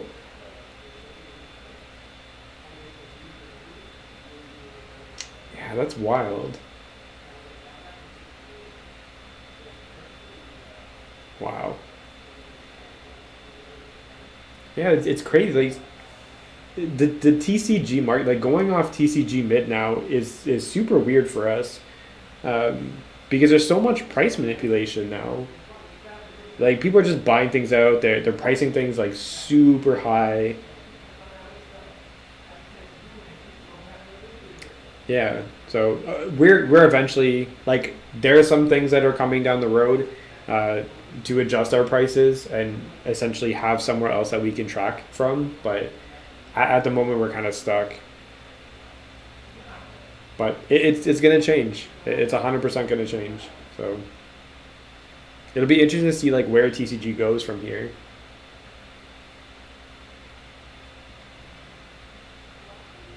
Yeah, they're fine. They got plenty of access.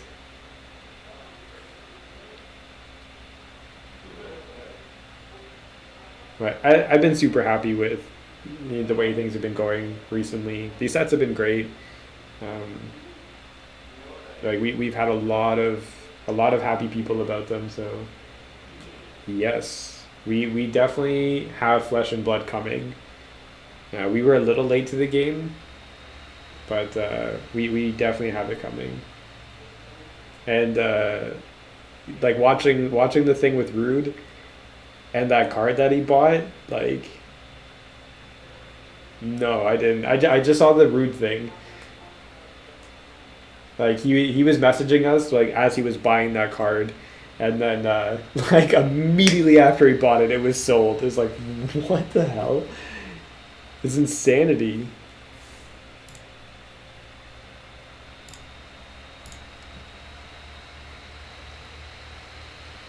Yeah.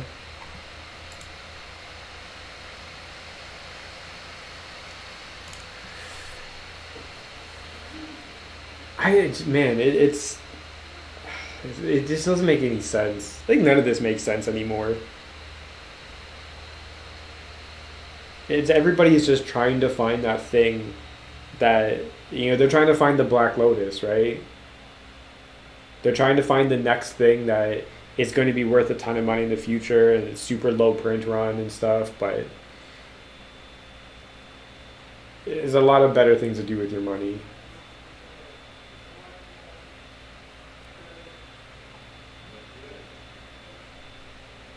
Yeah, I know that's crazy. It's the same with Pokemon right now. Like we have a lot of people that we talk to, and they're just like, "Oh, Pokemon's worth so much." It's like, yeah, like if you can find people to buy this stuff, but everybody who's buying is also speculating, right? So eventually people stop speculating, and then who's left holding that card in the end, and how much is it actually worth?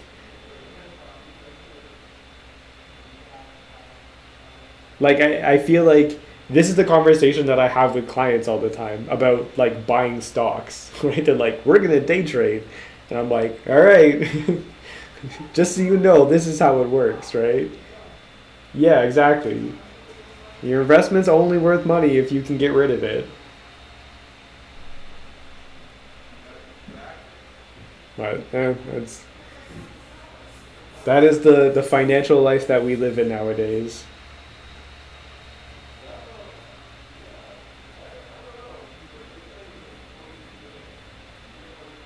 Man, that natural order is so pretty. But I just wanna get back to playing Magic, man. Like I've got so many foiled out decks to show off to everybody.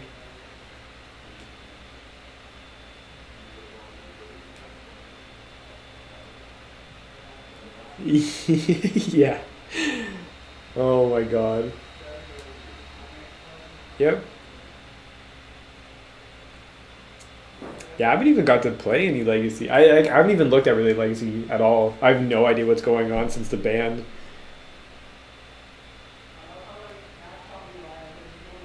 But yeah, the money world is wild right now. On the news, they were talking about they had some like real estate people on the news the other day, and they were talking about. Yeah, we could do that. We could definitely take a vote for some Legacy. Um, I don't know how many people have access to Legacy cards, but we can definitely ask. I know not everybody has mana traders. I know we were talking about maybe doing historic for standard, which I think would be pretty cool. I haven't had a chance to play any historic yet, so Pauper. If people want Pauper, we can play Pauper.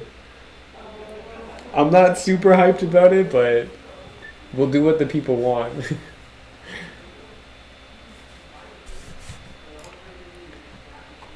Who else are we waiting on? There's still a game going on.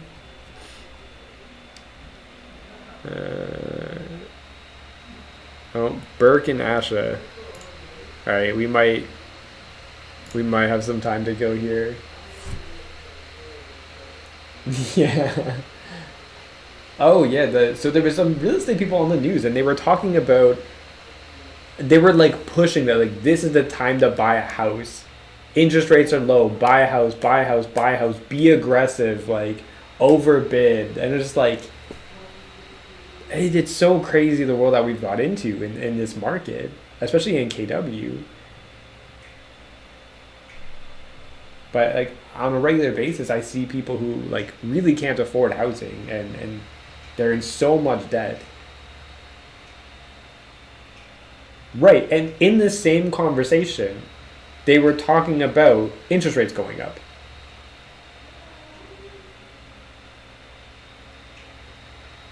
600K is not that bad.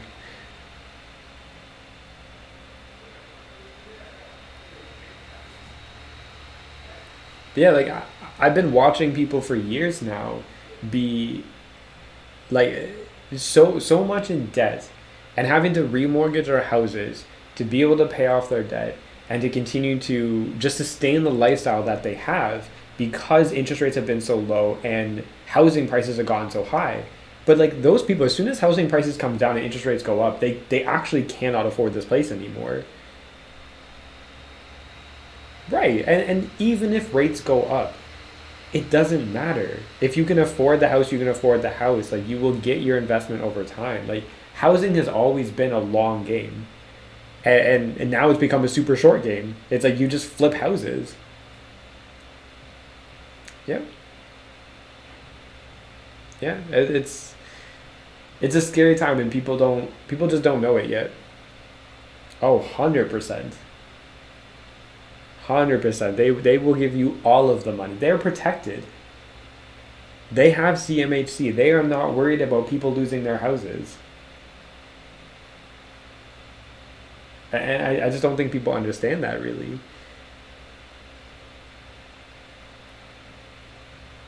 Yeah, yeah, you're buying cheap houses and flipping them. Oh my god, I can imagine.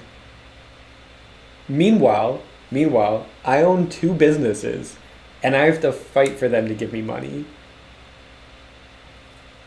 because I'm self-employed, right? I'm self-employed in two ways, and no matter how many assets I have and how much money I show, they still give me a hard time. I already own a house and they're giving me a hard time. Like it's so ridiculous. It's like I can show like perfect track record. Like I have an amazing credit score. I have cash. I have business. I have assets. Like never defaulted on a payment. And they're like, oh, but you're self-employed. That's risky. It's like I've been self-employed for 5 years, 6 years. But meanwhile, someone makes $120,000 a year, and they blow all their money. They have no cash, and they get everything that they want. MRT. You know what's funny? I bought my first house working at McDonald's. I was working full time at McDonald's while going to school, and I bought my first house.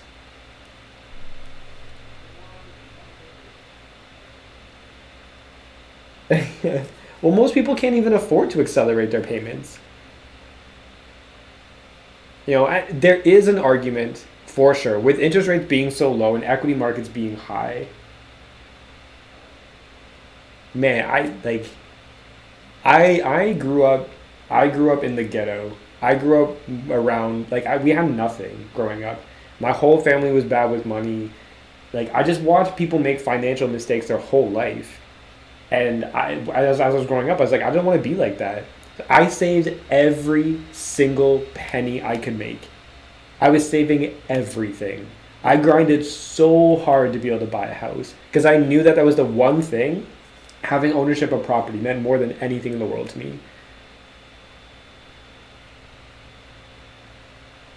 Yeah, yeah, 100%. So when I was building up to get my house, because I wasn't making a ton of money at McDonald's, um, I I was working full time, overtime, making as much money as I can. I did that for 2 months to increase the amount of money that I was making yearly, so I could qualify for my house. And then the day that I moved into my new house, I went down to part time at work and started school because I had just got into college. But I'd already qualified, so they don't care anymore, right? It's such a dumb system.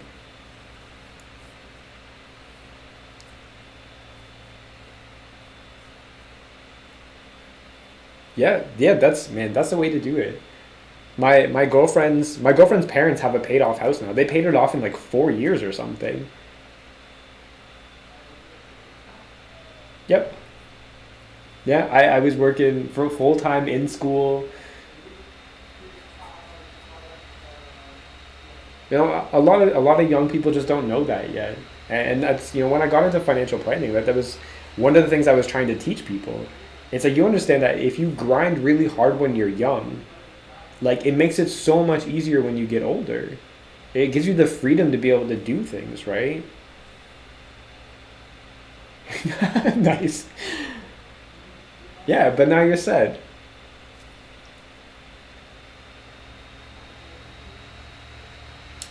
That's essentially what I do at my job, right? Like that's I've actually talked a lot about being like some kind of life coach or something. I essentially I do that partially for when I'm with clients and stuff. Some people need it more than others, but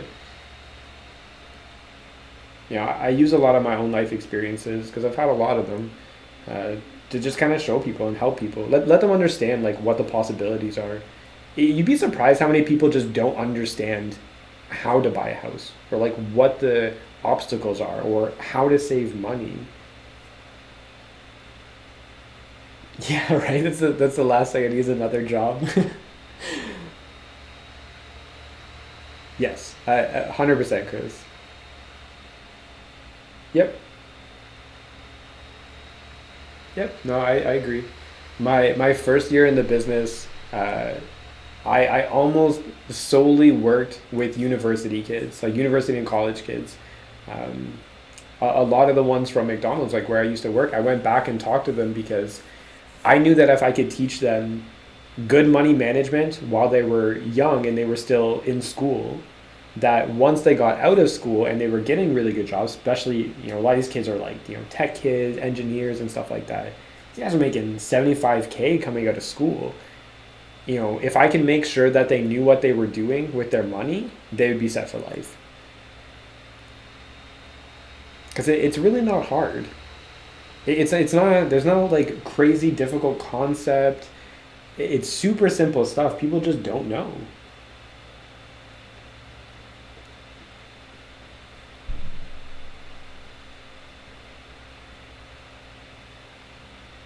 Yeah. Well, we'll see. Maybe one day. We've talked about podcasts and stuff. Yeah. Yeah. 100%.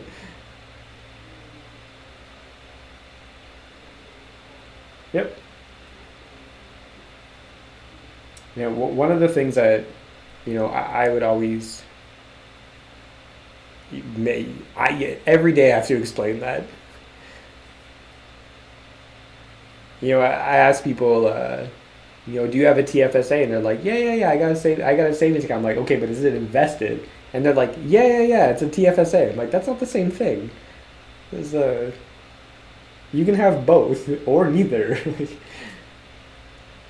The education on TFSAs was really bad in the first place, though. Like, when that program came out, it was not explained very well to people. Oh man, that's a hard one. When I hear people tell me that they can't do something, they can't afford something, or they can't do something while they have a Starbucks in their hand, a $5, $6 Starbucks, you tell me you can't afford something.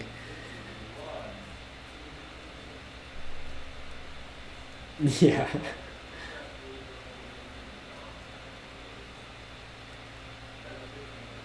yeah, that's a lot of money for people. You're talking $500 a month, right? Like,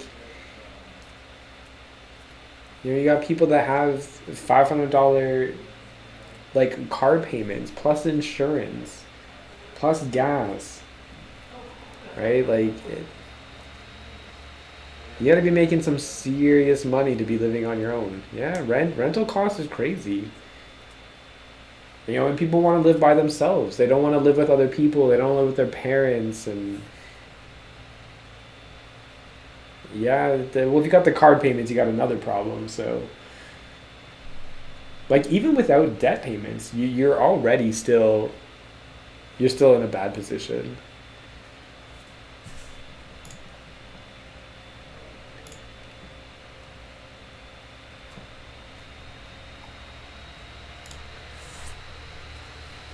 But so much of it is just tracking. Like I track everything that I do. I track all my finances.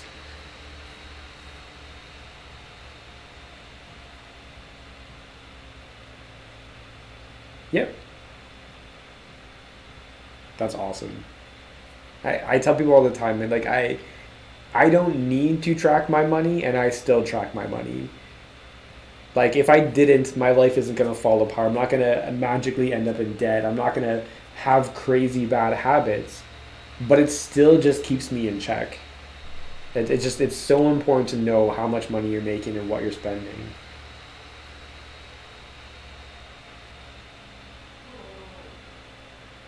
Yep.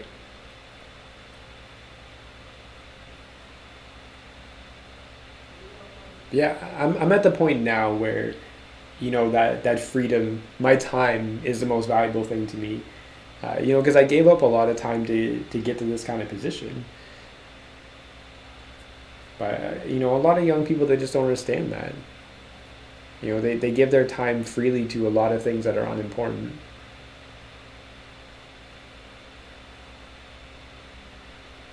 But one day, like as like I was really pushing to become a teacher. Yep.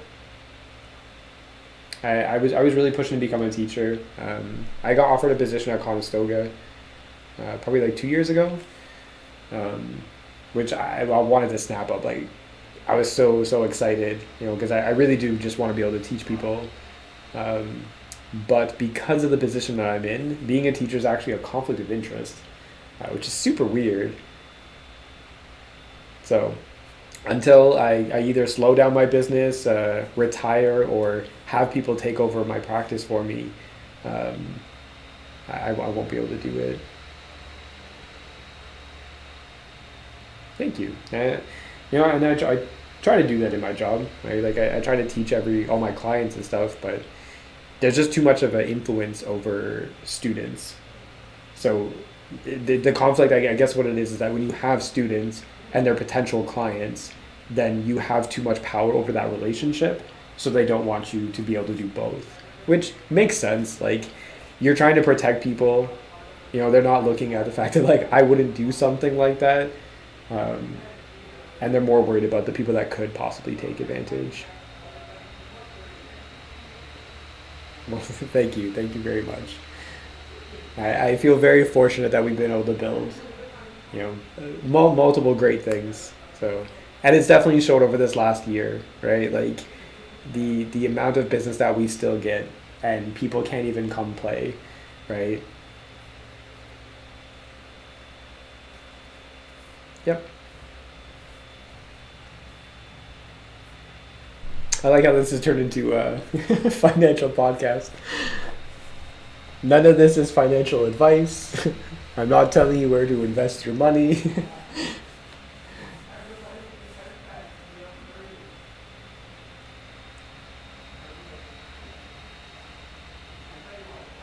So you can go anywhere. I can explain TFSA real quick. TFSA is just an investment vehicle. So you can put a lot of different things into a TFSA. If you're with Simply Financial, I'm assuming you probably have a savings account, um, which means you just put the savings account in the TFSA. So now your savings account is now tax free. But you can also put investments in it. So you can put mutual funds in it, which is the most common thing. That's what I do. Um, all different companies have plenty of mutual funds that you can go with.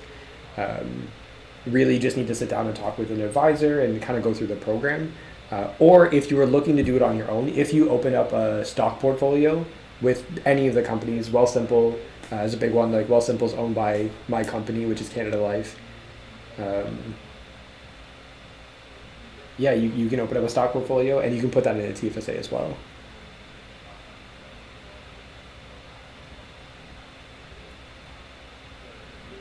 Are you saying you're willing to come play now? Private events? I am essential as a financial planner, so TFSAs are great. It's a fantastic program.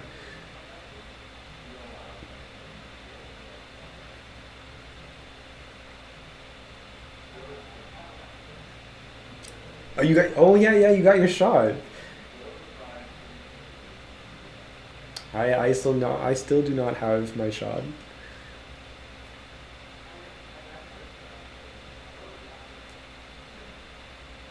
That is true. Are you still traveling a lot? Like, do you still have to travel out of country?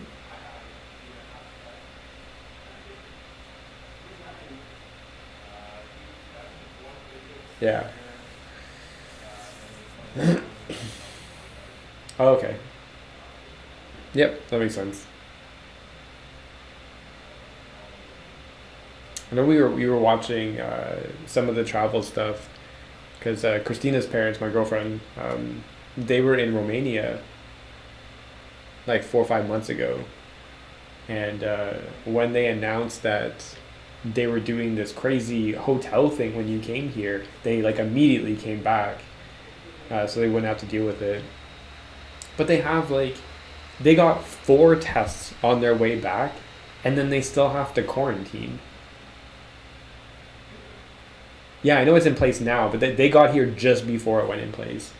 We actually have a friend that just came back from like Russia or something, and yeah, it's like $2,000.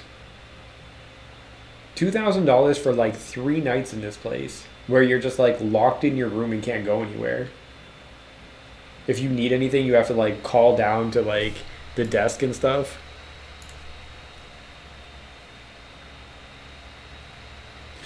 Yep.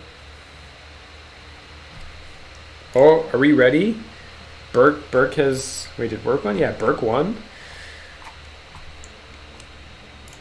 Got another round here.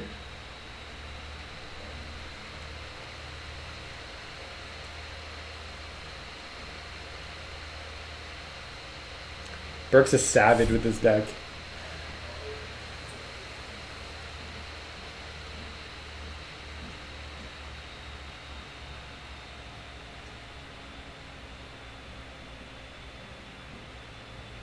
It's tough, man. It's tough to beat. They have so many, like all of those cards.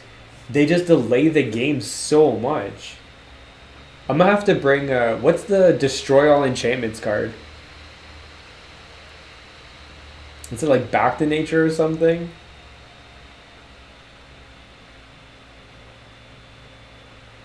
Yeah, back to nature.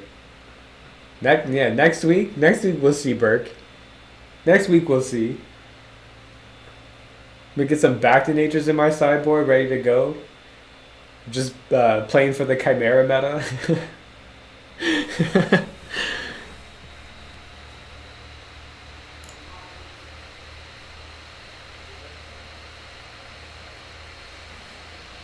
Fractured Gust is a little expensive for Death Shadow.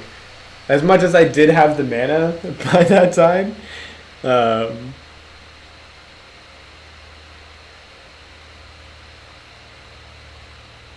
yeah, I don't know. I can't Blast Zone in Death Shadow. Maybe if I was playing a different deck, that'd be fine. Maybe I'll play Cat Combo next week. Yeah, E on 3. Yeah, you could definitely do that. That's actually not that bad. Brad was trying to get me to play Dredge tonight. I was like, no, I'm not doing that. I can't be that. I can't be that player.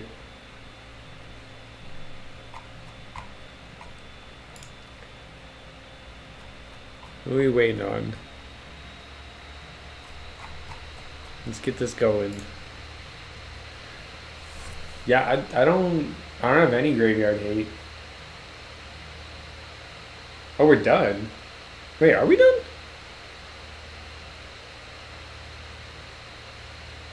No, there's 4 rounds. Oh, maybe. Why does it say round 4?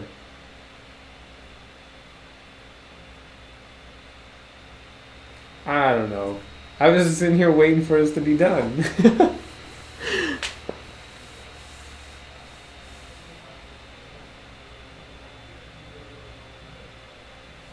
Yeah, he might have. Yeah, Devin might have got off.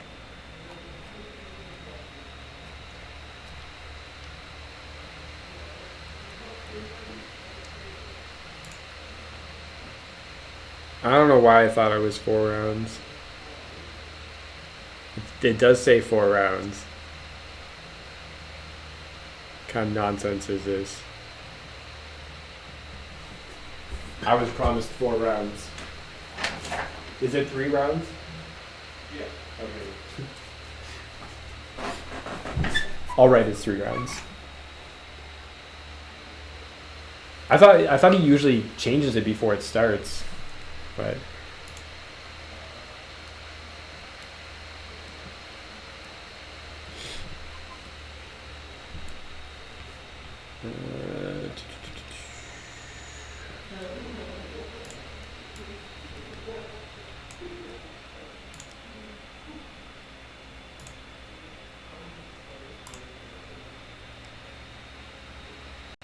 yeah, that makes sense.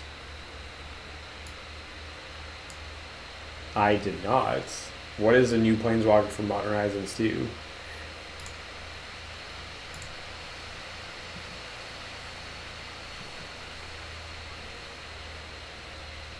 Is there pics? Is it just some text? Run in 7?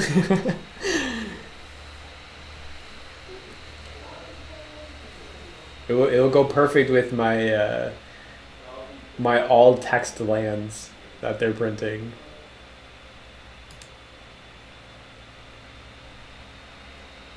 Wow, really?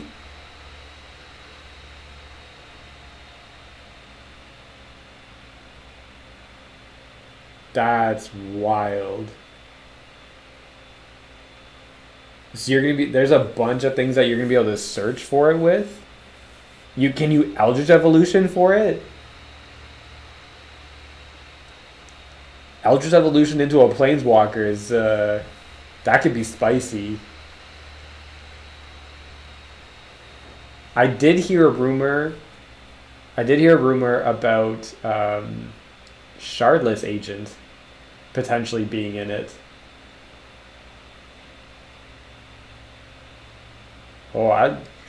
Creatures and Planeswalkers, man. That's my jam. You want to do a bunch of fair. I want to do moderately busted things that do something that's like pretty fair, right? Like I wanted the Bloodbraid into Valky. I didn't want to, turn to Cascade into Valky. Yeah. Oh man.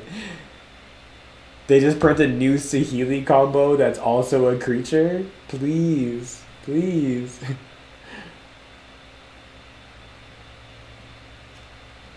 No, I just played Bloodbraid Valky. I just played the really fair Jund version of the deck.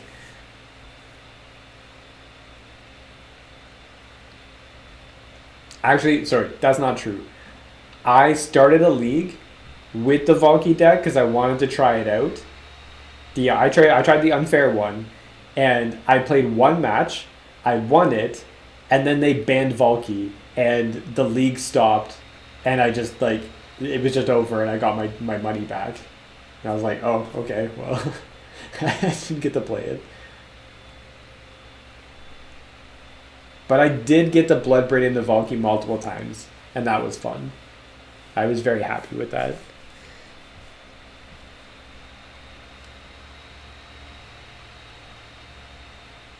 Yeah, yeah, that was definitely a problem. It just would have they would have just found other ways to break it that way.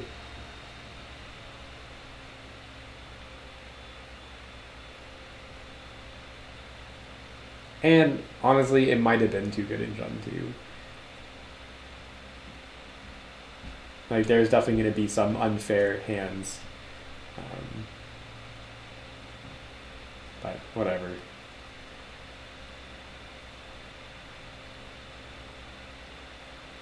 Ooh, Sanctum Prelate. Yeah. Sanctum, but I do like how they're printing more of these like legacy death and taxes type cards for modern. Like it's really cool that these like Skyclave Operation. Skyclave Operation is just so good. Like it's a very fair card, super powerful, really good for those white decks. I'm a big fan of that. Yeah.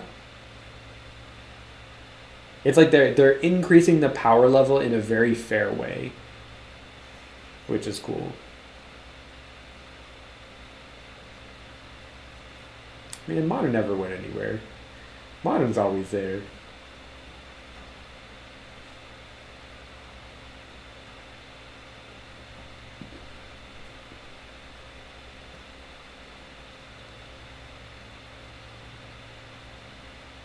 Yeah, forever. Oh yeah, of course you can Coco it and play. Although like if you can't activate it at instant speed, then like you don't really get the advantage of it a lot of times. But still, yeah, like oh yeah, okay, that makes sense.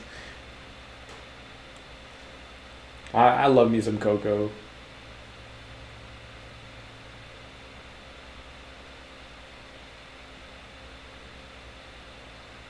Right.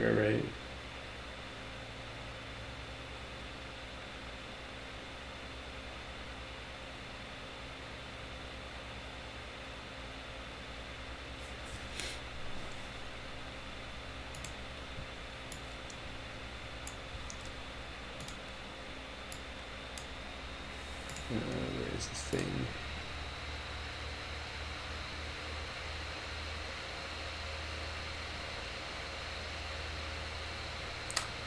I really like Spirits.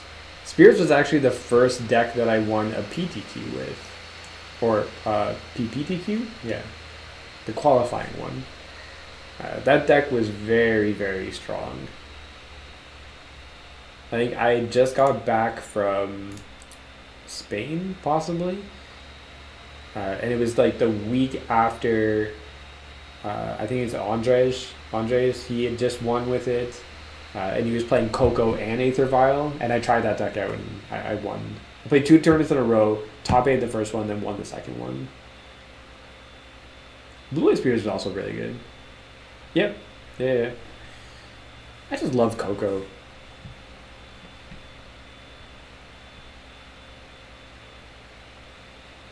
Oh, we're good. We just talked for like 40 minutes about finance while waiting for you to beat your Death Shadow opponent.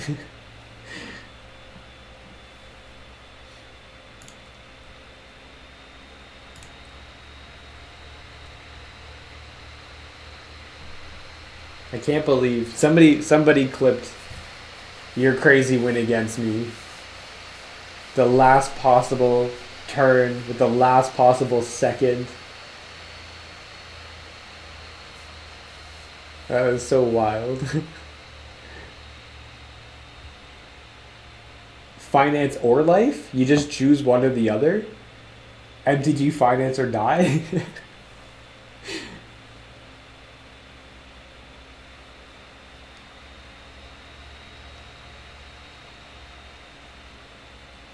Yeah, it was fun. We'll have to start a podcast. We'll start a finance podcast finally. Oh, my phone's dead. Nice. All right, I'm gonna raid Bhutan's real quick, and I'm gonna hop in there and watch what he's got going on. Am I already in this one? I might actually be in this one. All right, let's go. Let's go raid Bhutan's. Start raid.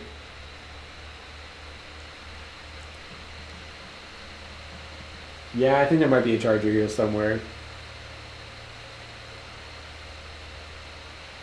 See you later, guys. Thanks for coming out.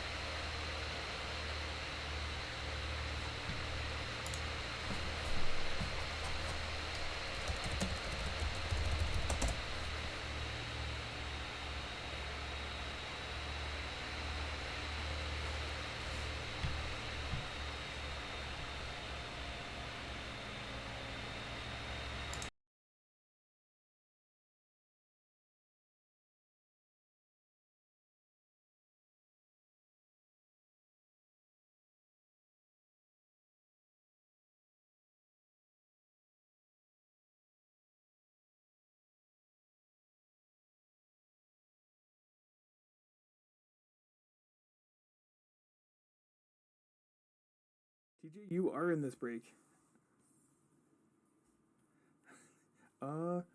You got red lands. You're not doing too bad. Lands are a little late. yeah. This is the one problem with this card is all the art's stolen. How's it going, guys?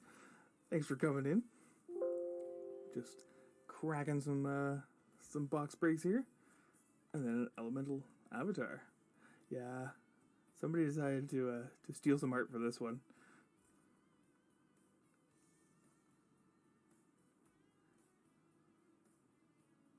Yeah, it's like let's steal Ukin. He's not. Where's my bolts? They're in there somewhere. I think we got a bolt for you. Got an increasing vengeance. That's pretty sweet. Where's his rage? Give me Japanese bolts. Which one? I think they're both etched. Ew.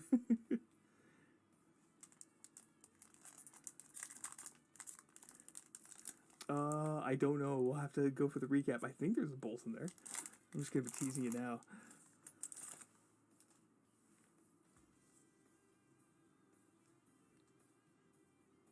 Yep. Oh no, yeah, for sure. It's actually pretty sad.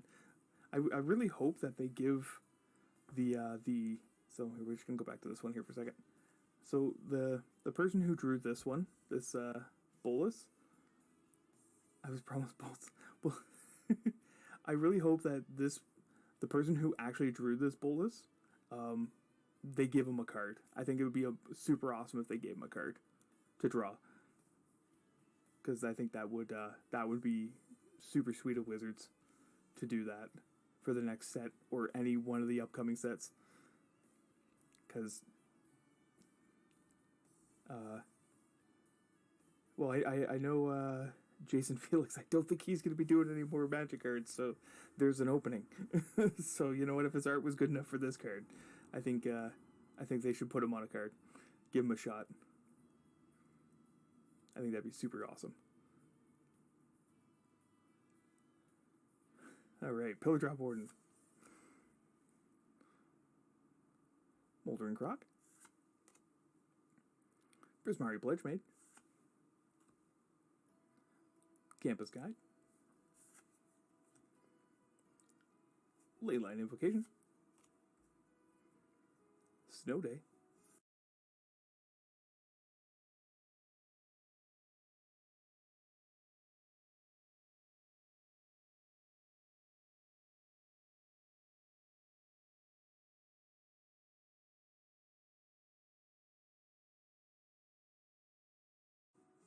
Something we had a couple days ago. Zimone, Quintrix Prodigy. Reduced to Memory. Frostboil Snarl. That's nice. Angel of Ruins. Demagoth Titan. Whirlwind Denial in Etched. Oop. That is, I think, Ephemerate.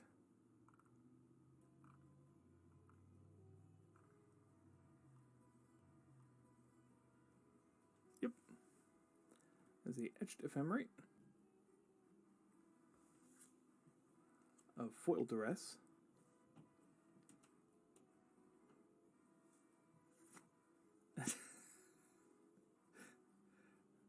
There you go, TJ. A foil Faithful Fluting. This is actually Kenji, one of Kenji's favorite cards. Coming for you, Ken.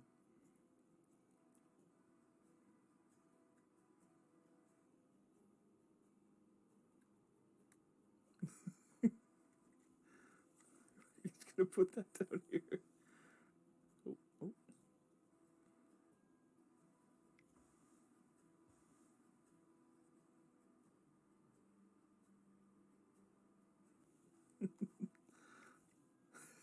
And an inkling. All right, here we go. Last pack. Have you seen the art on that card? Uh, I don't think you could steal that art. That actually, the thing is though, that's an actual painting, which is pretty impressive. But I think it's the monotone colors and the super realism in. We're just not used to having super realistic looking people in our Magic art.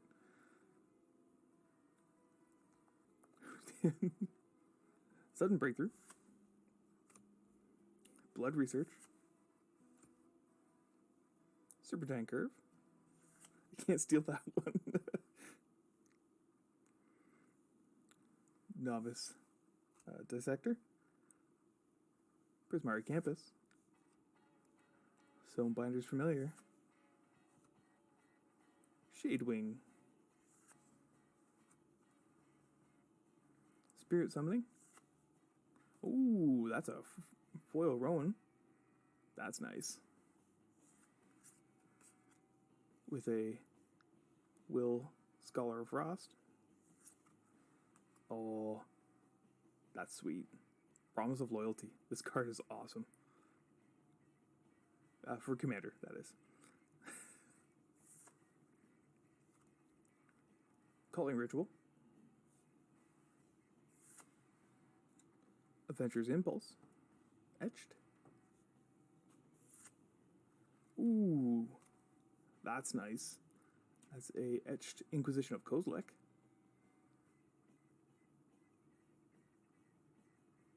That's sweet.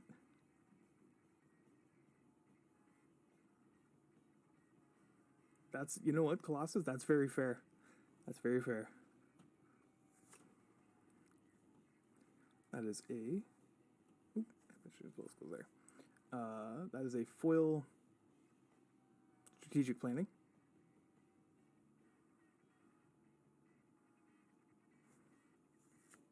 And a foil multiple choice.